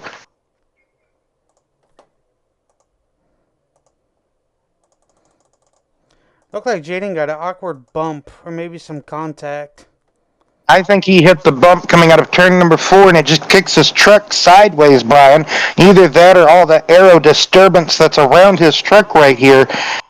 Just so many things can fall into effect when you're racing this close together. I think it's the bump out of turn 4. You know what I'm talking about. Mm-hmm. But I also think it's a mixture of just how tight they're racing coming off of turn 4. But, oh, yeah, you're right. You're right. Kelly gave him a bump. That was kind of what he was fearing, right? He was fearing getting touched. We saw that happen earlier in the race, but it was almost, it was a mixture. He blocked late and paid the price for it. But in this case, he just got a bad touch from behind and just sent him sideways. Brandon Moore, he just watching all this unfold in his mirror. He was, I bet you he was saying, no caution, please no caution. And wham.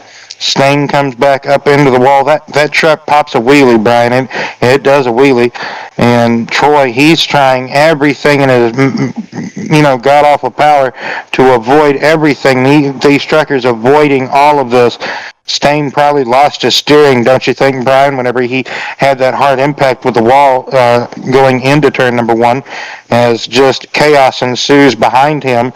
Everybody's going to check up and just trying to put on the binders, as we finally had a Daytona Talladega style wreck here tonight. I was wondering when it was going to happen, and it happened in the closing laps. Calamity kind of struck, if you will. So many good trucks hoping for a top 5, a top 10 finish, and just getting swept away here. Most of them already had used a fast repair, so what's going to be the case now? Pete Woodrum, 1 lap down. He was up here battling for the lead at one point, in the top 5, in the top 3. How is Jaden still in second? That's miraculous, Brian. That's incredible. He ended up saving it. No car touched him, and yep, that's incredible.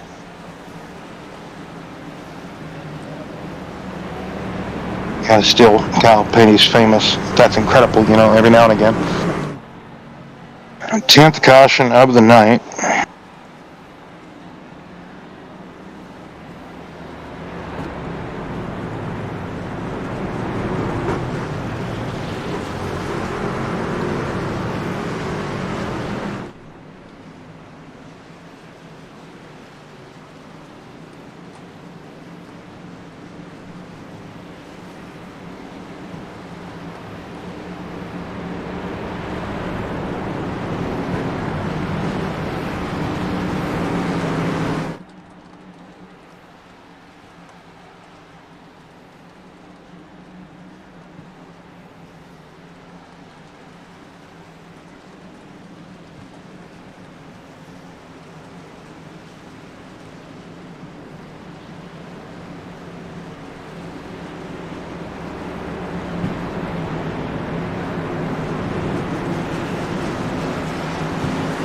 So this will be our first green light checkered attempt, Brian. Yes. I do believe. Yes, it would be. 10th caution of the evening. It's as if we've been racing at a short track all night, with how intense and how close the action has been. I say this all the time, Charlotte, it's the narrowest mile and a half, and it really brings out some great short track action at times, just how close they can beat and bang and for the most part keep it straight. But man, so many drivers have had their hands full tonight. Brandon Moore, finally, Mike Skinner up here finding himself in the in a reasonable position. You never want to have Brandon Moore as the race leader in the closing laps of any race, because that's going to be the person to beat. He's going to try to get the best launches possible in the restart zone. You know that, so you want to try to time it, be right with him if you can, but it's going to be so difficult. So Justin Steves has repaired his machine, got back up here. He is in the 4th position, Brian. Joe Stipe, he is in 6th position. Bradford is still in the top 10. Kevin Roy is in 9th position.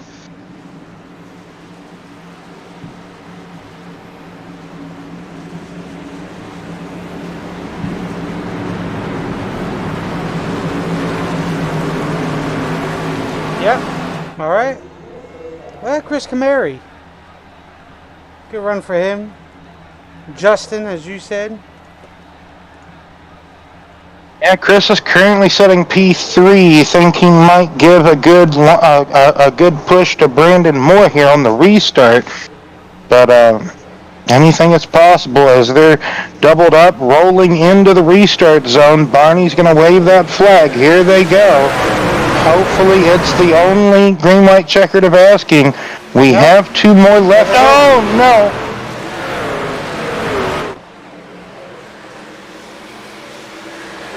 There it is.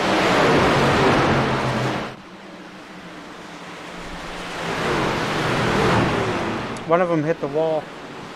I think Tiller did. Yeah, I think somebody spun their tires and they started to get out of line to pass and everything, and it was just on from there. It was calamity from that point on, Brian. Yeah. Looked like one of his teammates hit the wall. Well, I think it happens right in front of him. Whoever It happens right in front of Nathan Line. No, that's not Nathan. That's the 47. I think it's the 47 ahead. Yep. Something's going to happen here. We're going to buck out of line. Oh. Oh, no, Myers.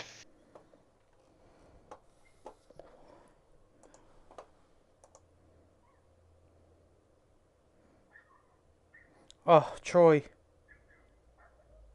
Yeah, Troy Daggett, one of the quickest trucks all night. Oh, man.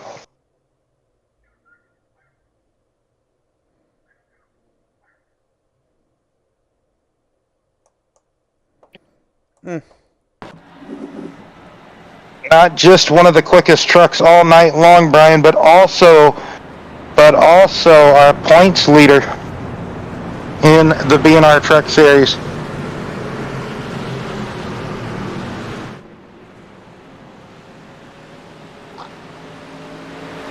Yep. It's going to take a lick.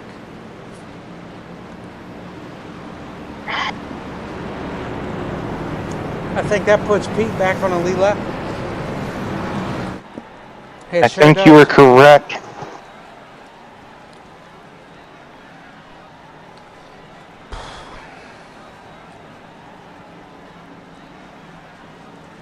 Connor Zilich will make his Xfinity Series debut at the Glen in September, taking the wheel of the number 88 Chevrolet in 3 additional races. Oh, and so who's he making his? Oh, I guess Junior, huh? Yeah. Wow, then. Okay. Didn't expect to see Zilich in the Junior Motorsports stable. Great to see it. He's going to be a contender in that 88 car, I do believe, whenever the Xfinity Series goes to the Glen. He is the Daytona Rolex 24-hour winner in the LMP2 category. One of the drivers in that category, that is. So there was a four driver lineup in that car this year. Was it? Yeah, it was. Yep. All the LMP2 cars had a 4-driver lineup. I think there was only 2 teams that had a 3-car lineup this year. I think the Wheeling Cadillac had a 3-car team, or a 3-driver lineup, and one of the GT cars, I think. But anywho.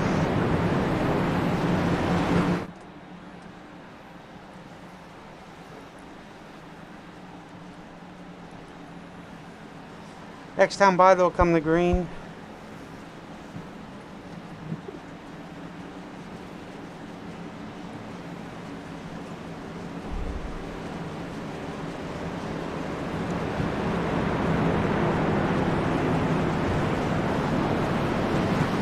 Good thing I ain't got to work tomorrow.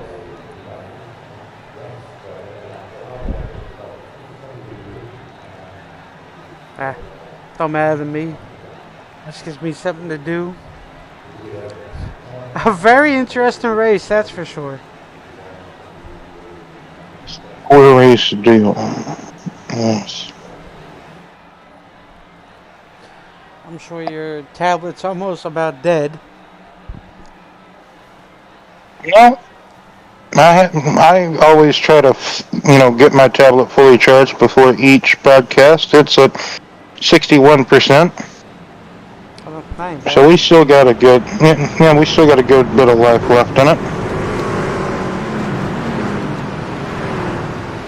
All right. Let's see if this will be the end.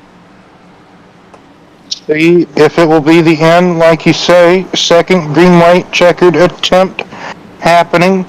We do have 3 in the BNR Racing League, whether it be the trucks or the Cup cars. Hoping to get an SRU series started at some point, Brian. Hoping. Yeah.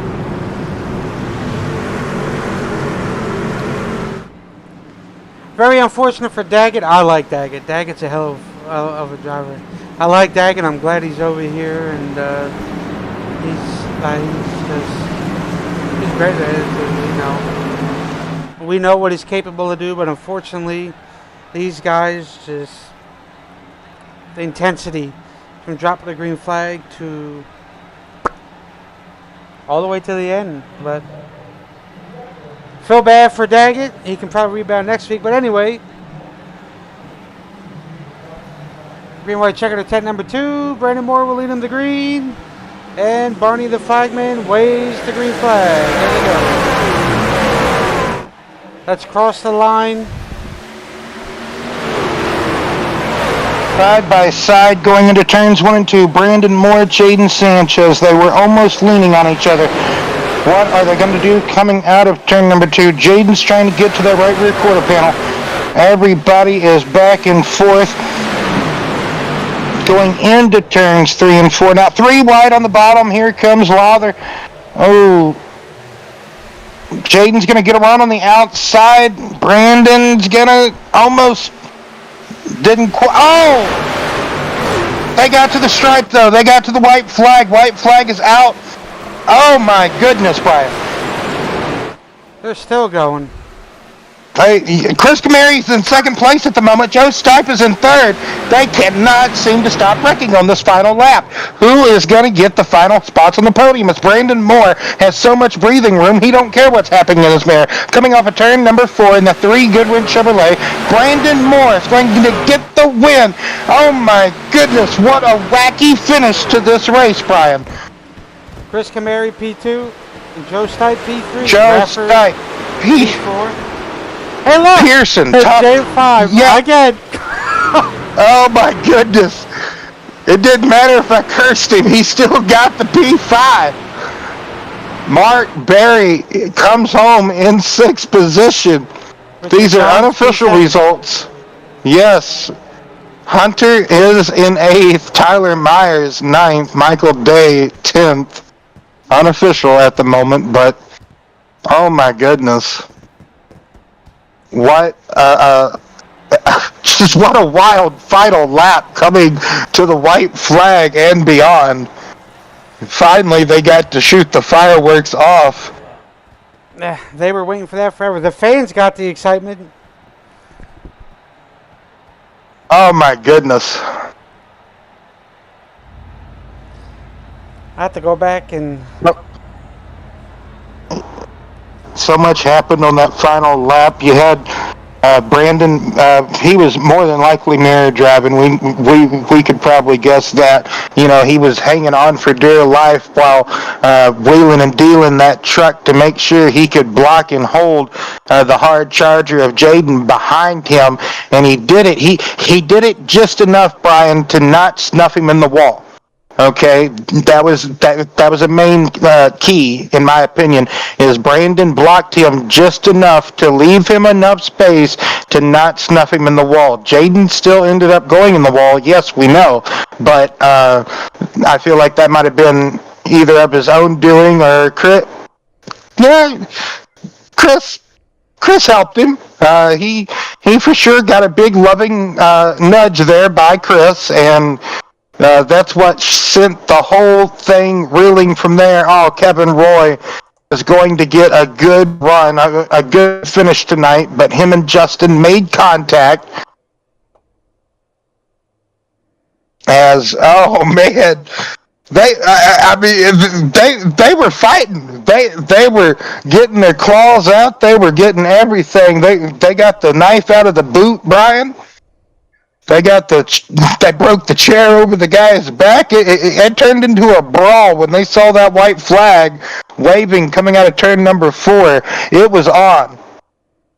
Justin just nowhere to go. His truck washing up to the track, and everybody just about going to be involved in this last lap melee.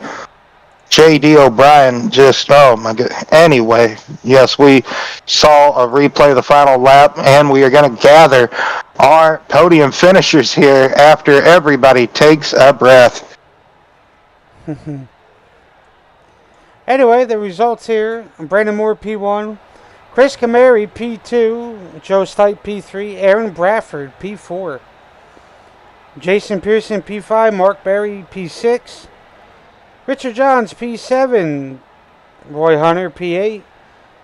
P9 will be Tyler Myers. P10 will be Michael Day. P11, good rebound by Pete. Tiller, P12. Andrew, P13. Jaden, P14. P15 will be Dan Lowther. P16 will be Michael Kelly. P17 will be Justin Steves. P18 will be JD O'Brien. P19 will be Kevin Roy. P20 will be Troy Daggett. P21 will be Ernest King. P22 will be Chris Stang. P23 will be Nathan Line. P24 will be Chris Campbell. P25 will be Paul Lawson. P26 will be Daniel Lyle. And then P27 will be Dion Johnson. What a rough one. That is for sure.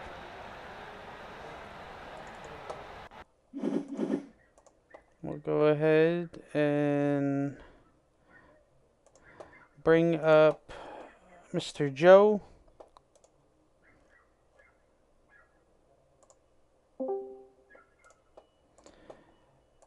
Joe, you got a copy? Yes, sir. About flipping time, huh?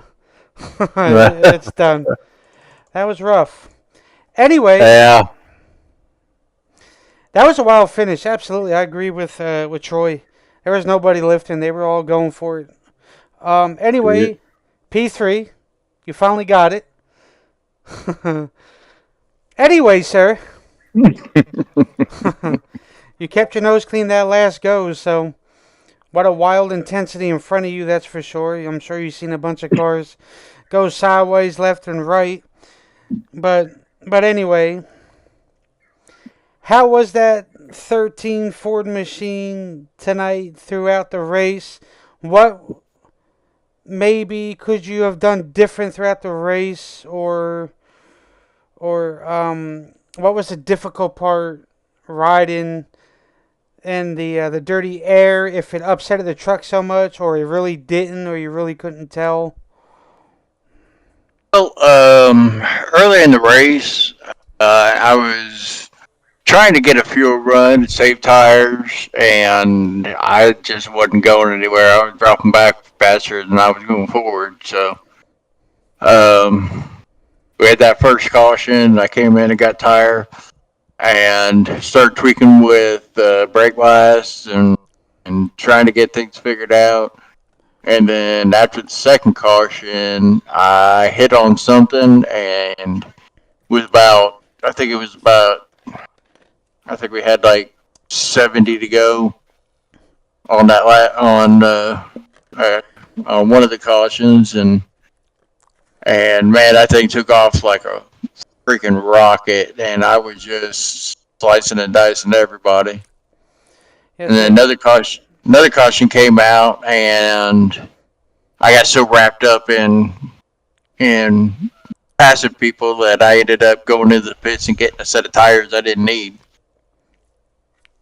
So I ended up having I tried to wait it out as long as I could, and when it got to the caution where we had at lap 111, I went in, got my last set of tires, and I was like, well, this is all she wrote, so I'm just going to have to keep the hammer down and wheel it. And that's what I did. And somehow I kept it up on the outside on every restart. Which, everybody was complaining about, but I seemed to get a good run on the outside because I just didn't lift. And then they're coming towards the end on that green-white checkered. Of course, Brandon was, I had no doubt that he was going to end up just taking off. Well, but when the carnage ensued, I was glad I was down on the inside and nobody came off the wall at me. Because everybody seemed to go to the outside or into the grass, and I just kept splitting the sea and going. And if I could have, I was trying to rattle Chris's cage coming to the flag, and then I saw Bradford about to run over me, so I ended up just pushing Chris, and I'm happy to be on a podium. So Yeah, well, I'm sure that 3 wide in front of you on that last green white checker was making you nervous than hell, huh? everything was making me nervous. Because I knew how fast the guys behind me were. I knew they had better pressure tire, and I was fighting to keep in the top 10. And then people started getting into each other behind me, in front of me, and everything else. And I just seemed to keep finding a lane to get through it and get away from it, and I got hit a couple times, got bumped in the wall a couple times, but nothing seemed to upset the truck enough to turn her sideways. Yes, sir. Next week, Talladega. Ooh, hammer down. Yeah. What's going to be the mindset going into Talladega? Put a brush guard on the front of the truck. Yeah. There's probably going to be some tempers after this race. So I'm just hoping not to get collected into anything, and be in a good position at the end and try to make a race out of it. Coming to the checkers, pretty much same thing I did tonight, just without the third place, just a couple of spots better. Yes, sir. Any final thoughts, shout outs you want to give before I get you back up there? Shout out to you guys, great broadcast. I could kind of hear a little bit out of my ear. Congrats to Brandon and Chris. There was a lot of guys that didn't run a great race, and there was a lot of guys that got caught up in it, and that's part of racing, unfortunately.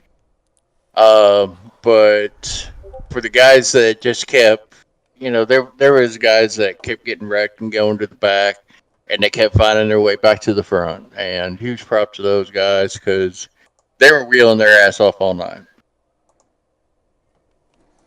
Yes, sir. Anyway, awesome job on the P3, sir. I'll get you back up there, and I'll be talking to you guys in a few. All right, thank you, sir. Yep. You have a good night. You too. Next up, And Chris. yes, indeed, Chris Camary here, P2 finisher. Chris.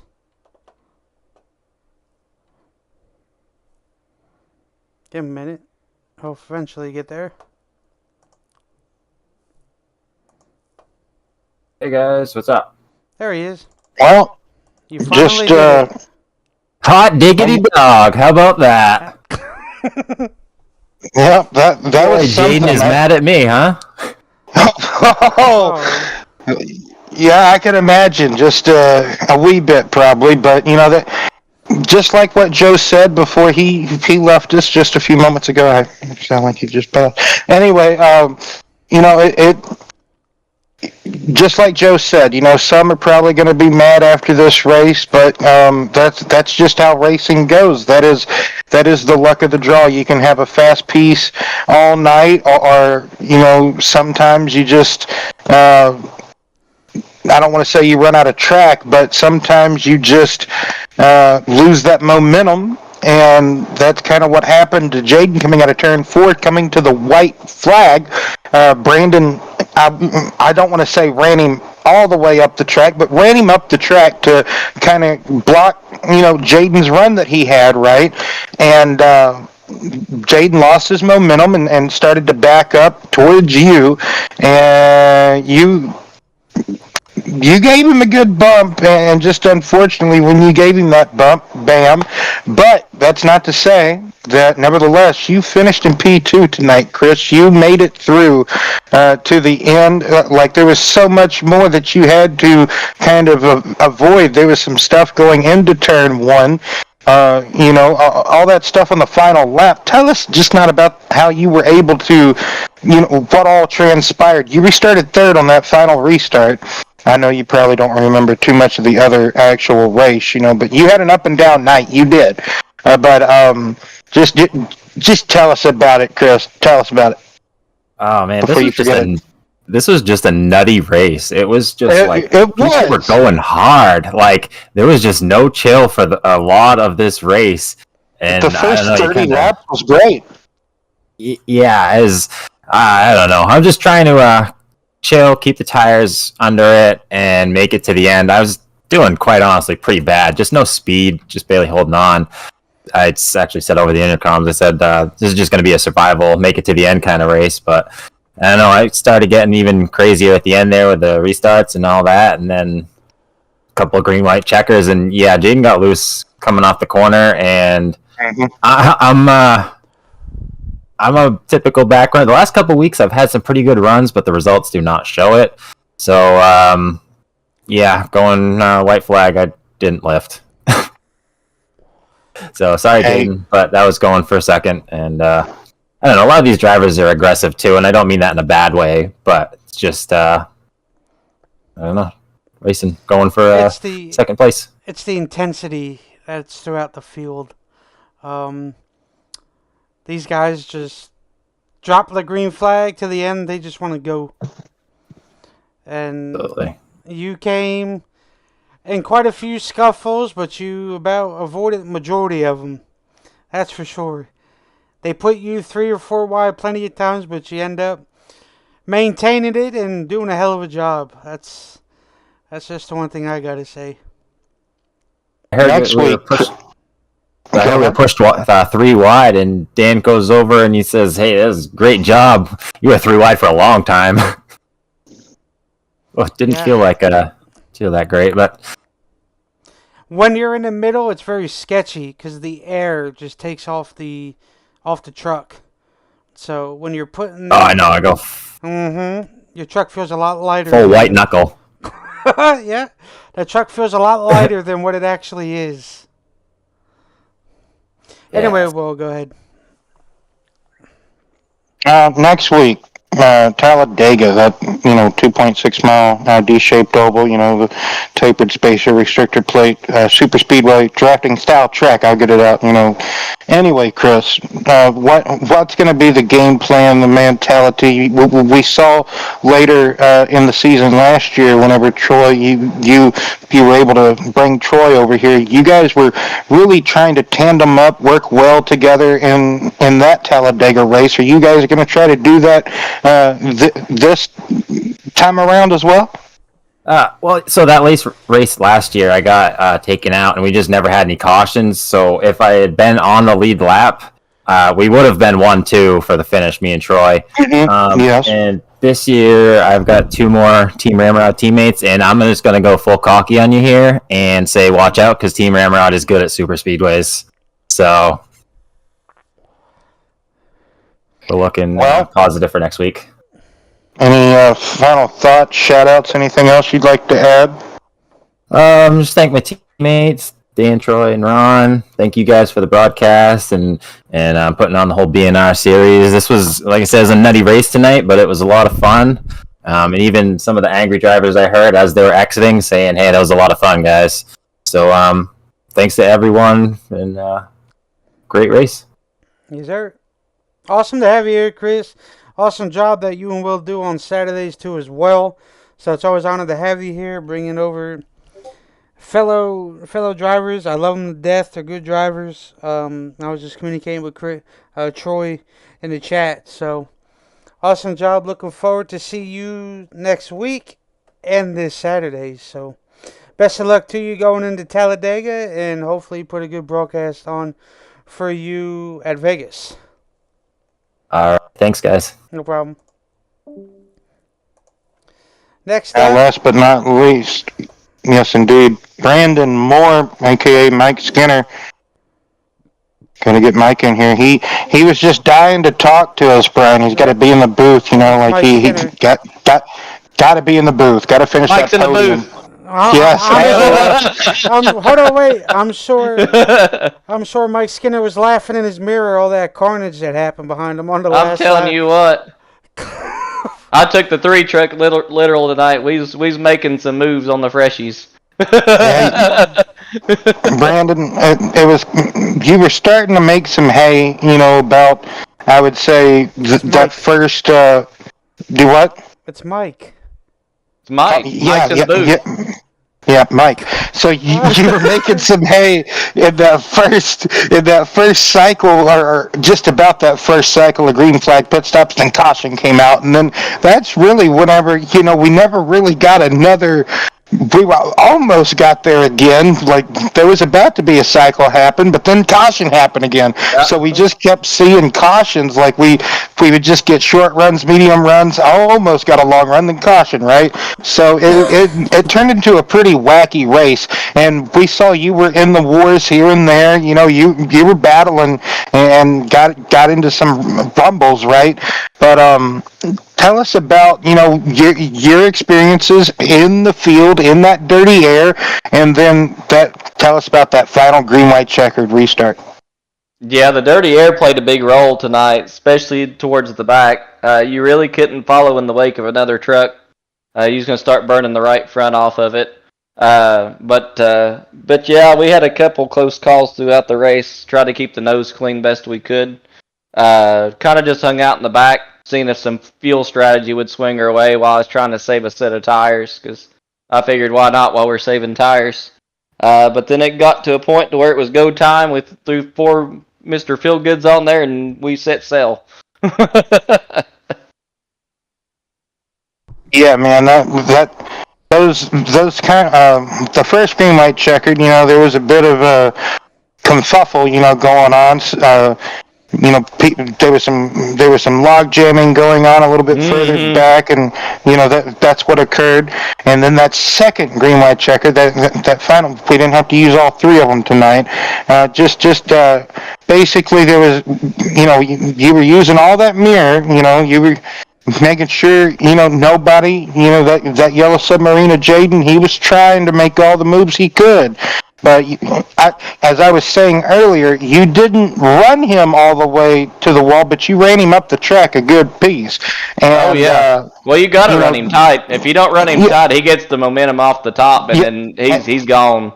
Exactly. He was going to whip right by you, and you saw that happening. You saw it coming at least a good right as you guys were entering turn 3 is when I was making it. Yes, and you guys, like I said, you didn't put him in the wall, but you took him up there, okay? And he lost all his momentum from that. You dumped all that dirty air on him, and it was just on from there. And what did you think when you saw all that squabbling happening in your mirror? Were you just licking it up at that point? Oh, I was relieved, because I'm like, all I do is got to keep it straight now. They won't be no dick steppage this time. We're going. All we have to do is keep it straight. Yes, no Mid-Ohio PTSD flashbacks for you, so you wasn't running into a hayfield there. Let's not talk about Mid-Ohio. But anyway, what a hell of a save you did. Middle of the run where you got loose coming off of 2. You darted her down to the Oh, apron. yeah. No, you don't even know what happened. My graphics froze. My PC graphics froze. And almost lagged out. My screen was frozen. And all I had was a solid screen. I'm like, well, this happened mid-quarter. I'm going to predict my truck is here. And then by the time it came back, I was pointed to the wall and I whipped it back the other way. Jesus. Well, there you go. Well, yeah, I had no screen. I had nothing going on. I was just doing predictions, and luckily I didn't kill anyone. Well, you did a good job, that's for sure. Yeah, you no, that was God's work right there. Nothing scarier than 180 miles an hour and you can't see. Anyway, well, go ahead. Yes, indeed. Like you said, it was just all in the hands of the almighty creator, like you said. What was fun, though, was the last cycle, getting the fresh tires and the people staying out, and you felt like Superman going on the top. That was crazy. That looked intense. It really did. Like, I like was making some lines there. I said we're gonna get this thing up there, one way or another. And you did. Big congratulations tonight, Brandon. Winning tonight after almost, that there was some wild strategy going on last week. But next week, Talladega. Oh boy. I already know. Me personally, I already know the mindset going into Talladega. We race so many times there, but what's your mindset, Brandon? Going into Talladega. Same as always. I will be in the back, keeping to myself, and then about 20 to go, you might see me up there if I'm not already wrecked. Well, final thoughts, shout-outs, anything else you'd like to add, Brandon, before we let you go celebrate this win? But I just want to thank all the competitors who came out tonight, put on a good show for the folks at home. Thank everybody for watching the broadcast. Thank the broadcast booth. And very thankful for a chance to win tonight. And hopefully next week we'll have similar conversations, at least the podium, because we got to have Mike in the booth. Indeed. Yes, sir. I'll tell you, you really make it interesting wanting to get up here. It's like you're trying to capture the flag or something. We have to. Mike's got to be in the booth. So, be like a weekly segment and be like, Mike, what's on your mind? yeah, be like the Max Verstappen podcast. Anyway, so best of luck to you going in at Talladega. I know how hard it can be, going into those tracks, and you never, you just don't control anything, right? Well, it's hard to control your own destiny at a mile and a half, as we saw tonight. But oh yeah. Nevertheless, Brandon, Mike, big congratulations on the win. And like I said, you were kind of just in and out of the top 10 most of the night. You were, like you said, you were seeing what was going to work, what wasn't. So Talladega next week. At the moment, I without looking at a schedule, don't know where any of the Cup races are at the moment. But so. Best of luck to you in the Cup races as well this week. So, yeah, go celebrate this win, Brandon, like we know you will. Oh, absolutely. We're gonna. If it wasn't for work tomorrow, we'd be having several brewskis. But we have to work tomorrow early and get up at 5:55 a.m. So that ain't fun. But yeah. All right, sir. Best of luck to you. All right, sounds good. And thank y'all. You're welcome. Anyway, well, that will do it here tonight. Overall, great excitement of a race, I would say. That was indeed a good one. Oh, an excellent race indeed, Brian. I have to agree with you. Yeah, there was like you said, it almost seemed a bit like watching a real truck race at this point in time. But man, they turned. It was a killer last lap for sure for some of the folks out there on the track. I almost said out on the field, but for sure. Next week, like we talked about already, Talladega. We will be back Thursday evening, same time, same bat channel. So until then.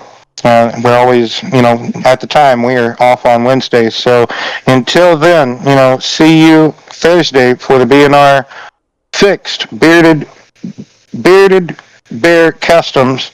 I got that right finally. Yeah. There we go. It takes me long enough. So, until then, yes, thank you, Brian, at Darlington. Who made these schedules? So, in basically 72 hours time, 48 hours time, I'm way ahead of myself. Right? Anyway, good night. Let me start that over, Brian. I don't want to end on a sloppy good night. So, me and Brian Huntley, Will Roberts, myself, we would like to thank each and every one of you for coming out and tuning in and cheering on your favorite BNR trucker this evening. And hopefully you had as much as fun as me and Brian did watching this race, because me and Brian had so much fun watching it, getting to call it. So it was a doozy, that's for sure. So until then, Darlington Thursday night.